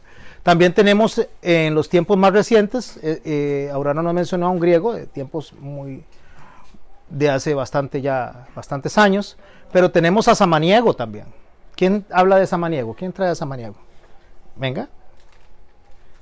Aquí viene con Samaniego. Mira dónde lo trae a Samaniego. Es que si no tengo que desconectar todo eso. Bueno, entonces más o menos así. Las fábulas en realidad son de... Bueno, voy a explicar. La fábula es una creación literaria generalmente breve, escrita tanto en prosa como en verso. ¿Y qué es un verso? Es un enunciado o un conjunto de palabras que forman una unidad en un poema, sujeto al ritmo, ¿verdad? Que todo coincide al final. En la prosa permite contar el mismo hecho de muchas maneras en diferentes... no tiene medidas ni tiene ritmo como el verso, ¿verdad? Entonces se hace ahí como una confusión. Félix María Sánchez de Samaniego. Yo pensé que él era de apellido Samaniego, pero es de una ciudad. Él nació en España y se dio ese nombre por el lugar donde él vivía específicamente. Escribió fábulas morales que tenían una moraleja. ¿Qué es una moraleja? Como un tipo de enseñanza, ¿verdad? Que al final de lo que escribe nos deja algo que nosotros debemos comprender para aplicarlo a nuestra vida. Las más famosas son La Lechera, La Zorra y las Uvas, El Zagal y las Ovejas, La Gallina del Huevo de Oro y Las Moscas son algunas de las más conocidas. Este señor nació en España, era adinerado, por lo tanto podía estudiar, ¿verdad? Y ser muy letrado. Tuvo una enemistad constante toda su vida con un francés que también fueron como los más importantes en lo que era fábula de este tipo, ¿verdad? Porque hay muchos tipos. Yo traía la fábula para ver el ejemplo del huevo de la gallina del huevo de oro. Dice: érase una gallina que ponía un huevo de oro, al dueño cada día. Aún con tanta ganancia, mal contento, quiso el rico averiento descubrir de una vez la mina de oro y hallar en menos tiempo más tesoro. Tiene palabras así como él las escribía. Matóla, abrióla el vientre de contado, pero después de haberla registrado, ¿qué sucedió? Que muerta la gallina, perdió su huevo de oro y no halló la mina. ¿Cuántos hay que teniéndolo bastante enriquecerse quieren al instante, abrazando proyectos a veces con tan rápidos efectos que solo en pocos meses, cuando se contemplaban ya marqueses, contando sus millones, se vieron en la calle sin calzones? Un aplauso para Yoleni. Y también tenemos a Iriarte, otro fabulista. Entonces viene Aria a hablarnos de Iriarte. Es importante lo que estamos aprendiendo, incluso para los que van al colegio, ¿verdad? Eso es muy importante. Bueno, sobre Iriarte, él es español, bueno, era español, del año 1785. Era fabulista, traductor, dramaturgo y poeta español de la Ilustración y el neoclasicismo. Yo escogí una de las fábulas. Él tenía, bueno, varios libros, pero él específicamente le gustaba más crear fábulas. Escogí una fábula que, según mi investigación, sale una frase muy popular en España que dice: son galgos o podencos. Y dice así: los dos conejos, Por entre unas matas, seguido de perros, volaba un conejo de su madriguera. Salió un compañero y le dijo: «Tente, amigo, ¿qué es esto?». «¿Qué ha de ser?», responde. «Sin aliento llego. 2 pícaros galgos me vienen siguiendo». «Sí», replica el otro, «por allí los veo, pero no son galgos». «Pues ¿qué son?». «Podencos». «¿Qué podencos dices?». «Sí, como mi abuelo, galgos y muy galgos». «Bien visto lo tengo, son podencos, vaya». «¿Qué no entiendes de eso? Son galgos, te digo». «Digo que podencos». En esta disputa, llegando los perros, pillan descuidados a mis 2 conejos, los que por cuestiones de poco momento dejan lo que importa. Llévense este ejemplo. Bueno, y la moraleja que yo tomé de esta fábula es que, digamos, ellos por estar discutiendo cosas que no importan o que no dan valor, llegaron los perros y se los comieron, ¿verdad? Entonces la enseñanza es esa, de que tenemos que enfocarnos, digamos, si tenemos una meta, un objetivo, ya sea, digamos, bueno, en las cosas del Señor principalmente, o en el estudio, lo que sea, enfocarnos realmente en lo que importa y no en cosas que no agregan valor. Ajá. Aplauso. ¿A quiénes les gustó la intervención de nuestras hermanas? Excelente, ¿verdad? Van a tener más intervenciones. Cuando yo pongo en el chat que si quieren participar en algo, de esto se trata, para que puedan investigar, nos bendigan a nosotros con sus investigaciones. De eso se trata. Vamos a ver una fábula encontrada en la Biblia, Jueces, capítulo 9, 6 al 15. Resulta que Job no es una fábula, ¿verdad? Por lo tanto, está descalificado como una historia ficticia o como una moraleja. Pero para entender que la Biblia tiene fábulas, vamos a leer esta de capítulo 9 de Jueces, donde hay una serie de árboles que quieren erigirse rey. Y dice así. Bueno, quiero que alguien participe, alguien que tenga así voz hermosa para que todos participemos. ¿Quién quiere leer la? ¿Ah? A ver, póngase de pie o venga aquí para que todos lo oigan de frente.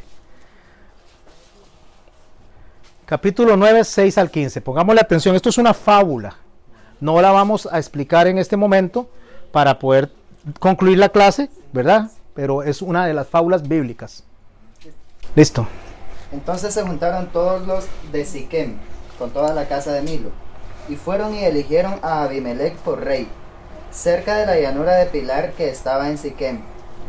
Cuando se lo dijeron a Jotam, fue y se puso en la cumbre del monte de Gerizim, y alzando su voz clamó y les dijo: «Oídme, varones de Siquem, y así os oiga Dios». Fueron una vez los árboles a elegir sobre sí, y dijeron al olivo: «Reina sobre nosotros».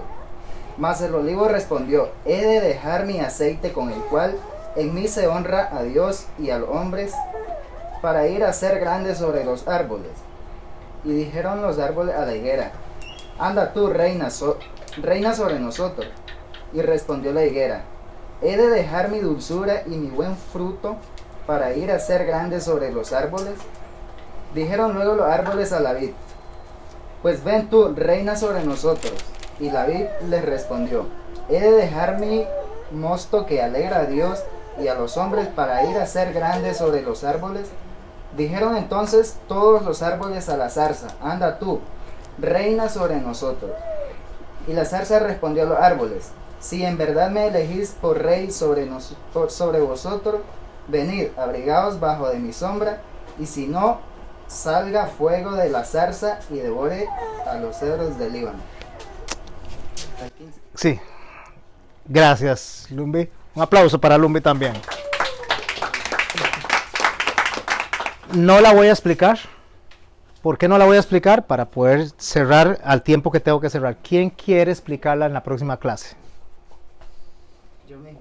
Usted mismo, perfecto. Gracias, Adrián.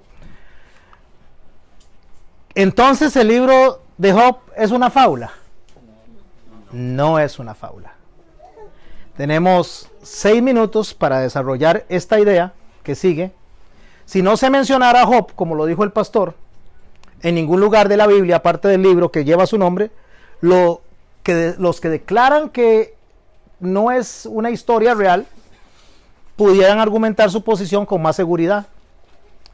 Lo cierto es que Job es mencionado en 3 versículos diferentes en la Escritura, aparte del libro de Job, y en cada uno de ellos se le considera como un personaje histórico y real.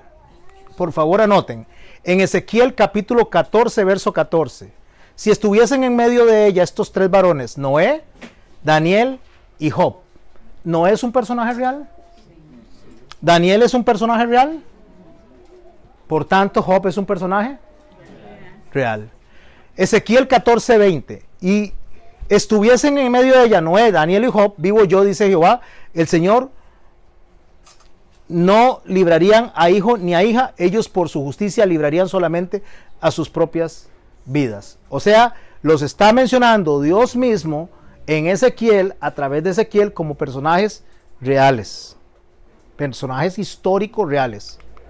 Santiago 5, 11 al 10, dice así: hermanos míos, tomad como ejemplo de aflicción y de paciencia a los profetas que hablaron en nombre del Señor. He aquí tenemos por bienaventurado a los que sufren. ¿Habéis oído de la paciencia de Job? ¿Quién lo está mencionando? Santiago el menor. ¿Quién es Santiago el menor? El hermano de Jesús, medio hermano de Jesús. Y habéis visto el fin del Señor, que el Señor es muy misericordioso y compasivo. Ahí está mencionando el fin, está mencionando su soberanía, ¿verdad? ¿Quién es ese señor que está allá arriba? Mahatma Gandhi. ¿Usted lo conoció? ¿Fue a la casa de él? No. ¿Y cómo sabe usted que es él? ¿Por la historia? Por la historia. Porque cuando abordamos la historia, nos enriquecemos y podemos tener expedientes para abordar ese texto con mayor conocimiento. Usted ha mencionado también mucho lo de la Torá oral y la Torá escrita, exactamente. La Torá oral y la escrita. Antes de concluir con Job, leamos esto. El género histórico tiene algunos subgéneros, como la parábola, el didáctico, el épico y la crónica histórica. Eso es parte del género histórico. O sea, entre los géneros literarios en el histórico está ese. Voy a poner esta filmina y déjeme ver. Sí, creo que esta. A ver, creo que termino con esa. Sí, en 5 minutos. Y la volvemos a repasar cuando venga. Parábola. Una parábola es una forma simple de la narrativa. Eso es una parábola. Una parábola es una forma simple de la narrativa. Evoca un ambiente y describe una acción y sus resultados. ¿Para qué? Para enseñar algo. La fábula está diseñada para enseñar algo. Recuerde, sáquese de la mente la fábula de la tele y piensen en la fábula como obras literarias. Eso es lo que estamos hablando aquí. No estamos hablando de las tonterías que salen en la tele. Estamos hablando de cosas que nos enriquecen. Y la fábula, como lo vimos en nuestras hermanas, siempre nos deja un mensaje, una enseñanza, una moraleja. A menudo involucra un personaje que se enfrenta a un dilema moral. O sea, la fábula tiene un personaje, ya sea el de los conejos, o ya sea cuál fue uno de todos. El perro que se vio ahí y se le fue el hueso, está buenísima, ¿verdad? ¿Qué más? El de la gallina, exactamente. Todas nos enseñaron algo. Todas las fábulas. O sea, pero en un dilema moral. ¿Qué tengo que hacer? O realiza una acción cuestionable para luego sufrir las consecuencias de esa elección. Como los conejos. Se los comieron los perros. La parábola prototípica, y póngale atención a esto, esto es muy importante porque ya vamos a ver un aspecto bíblico. La parábola prototípica difiere del apólogo. Hay 2 tipos de parábola, la prototípica y el apólogo. ¿Qué es una parábola prototípica? Como la parábola de Lázaro y de el rico. ¿Por qué es una prototípica? Porque es una parábola que toca aspectos reales. Es una historia real. Esa es la prototípica. Pero está la parábola del apólogo. ¿Cuál es la parábola del apólogo? Tenemos allá arriba la parábola de... Déjeme ver quién es. Ya, es que es una historia probable. No me acuerdo cuál fue la que puse ahí. No la puedo ver desde aquí. Ah, ya sé. ¿Ese juez injusto? El juez injusto, sí, creo que sí. Pero la parábola apóloga, en cuanto a la historia probable y realista, una tiene lugar en un ambiente familiar de la vida, o sea, una es real y la otra es irreal. Entonces, en sí, la parábola de el rico y Lázaro no es que no sea una parábola. Es una parábola, pero es una parábola ¿cómo? Prototípica. ¿Qué significa? Es una historia real. Las otras parábolas son parábolas de un apólogo. ¿Cuál es la diferencia? Que son historias similares a la fábula.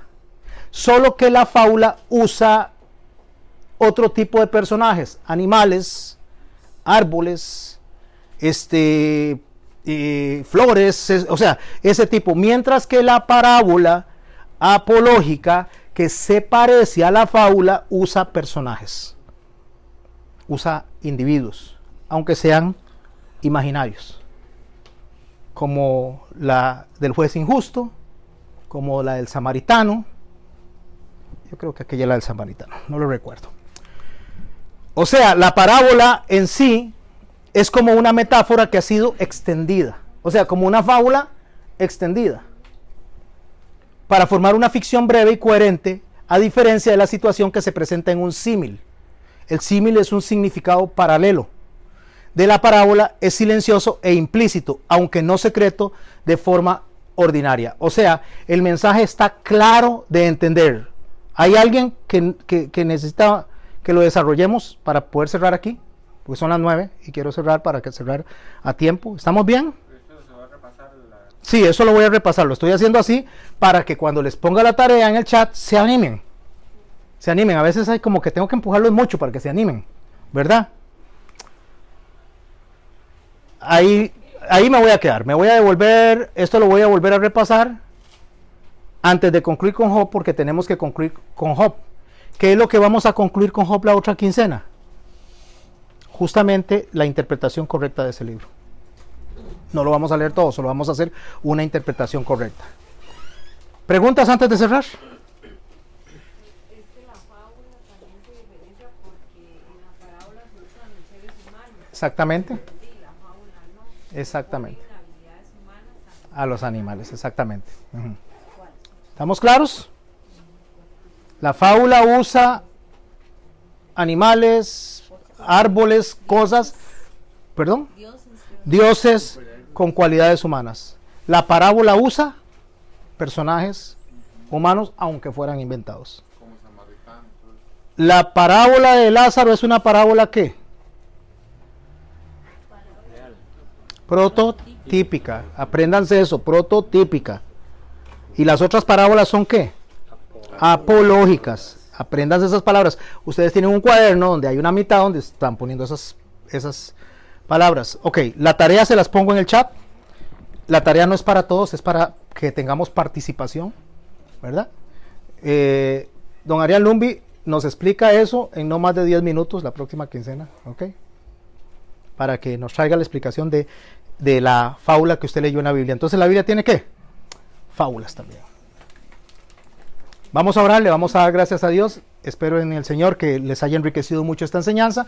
Nos vemos para la próxima. Yo los incluyo a ustedes en las listas, y en la próxima lista ya van a estar. A Brandon lo vuelvo a meter, ¿verdad? Que lo había echado, pobrecito. Sí, no sé por qué me lo brinqué. A ver quién. Doña Marlene nos despide en oración, por favor.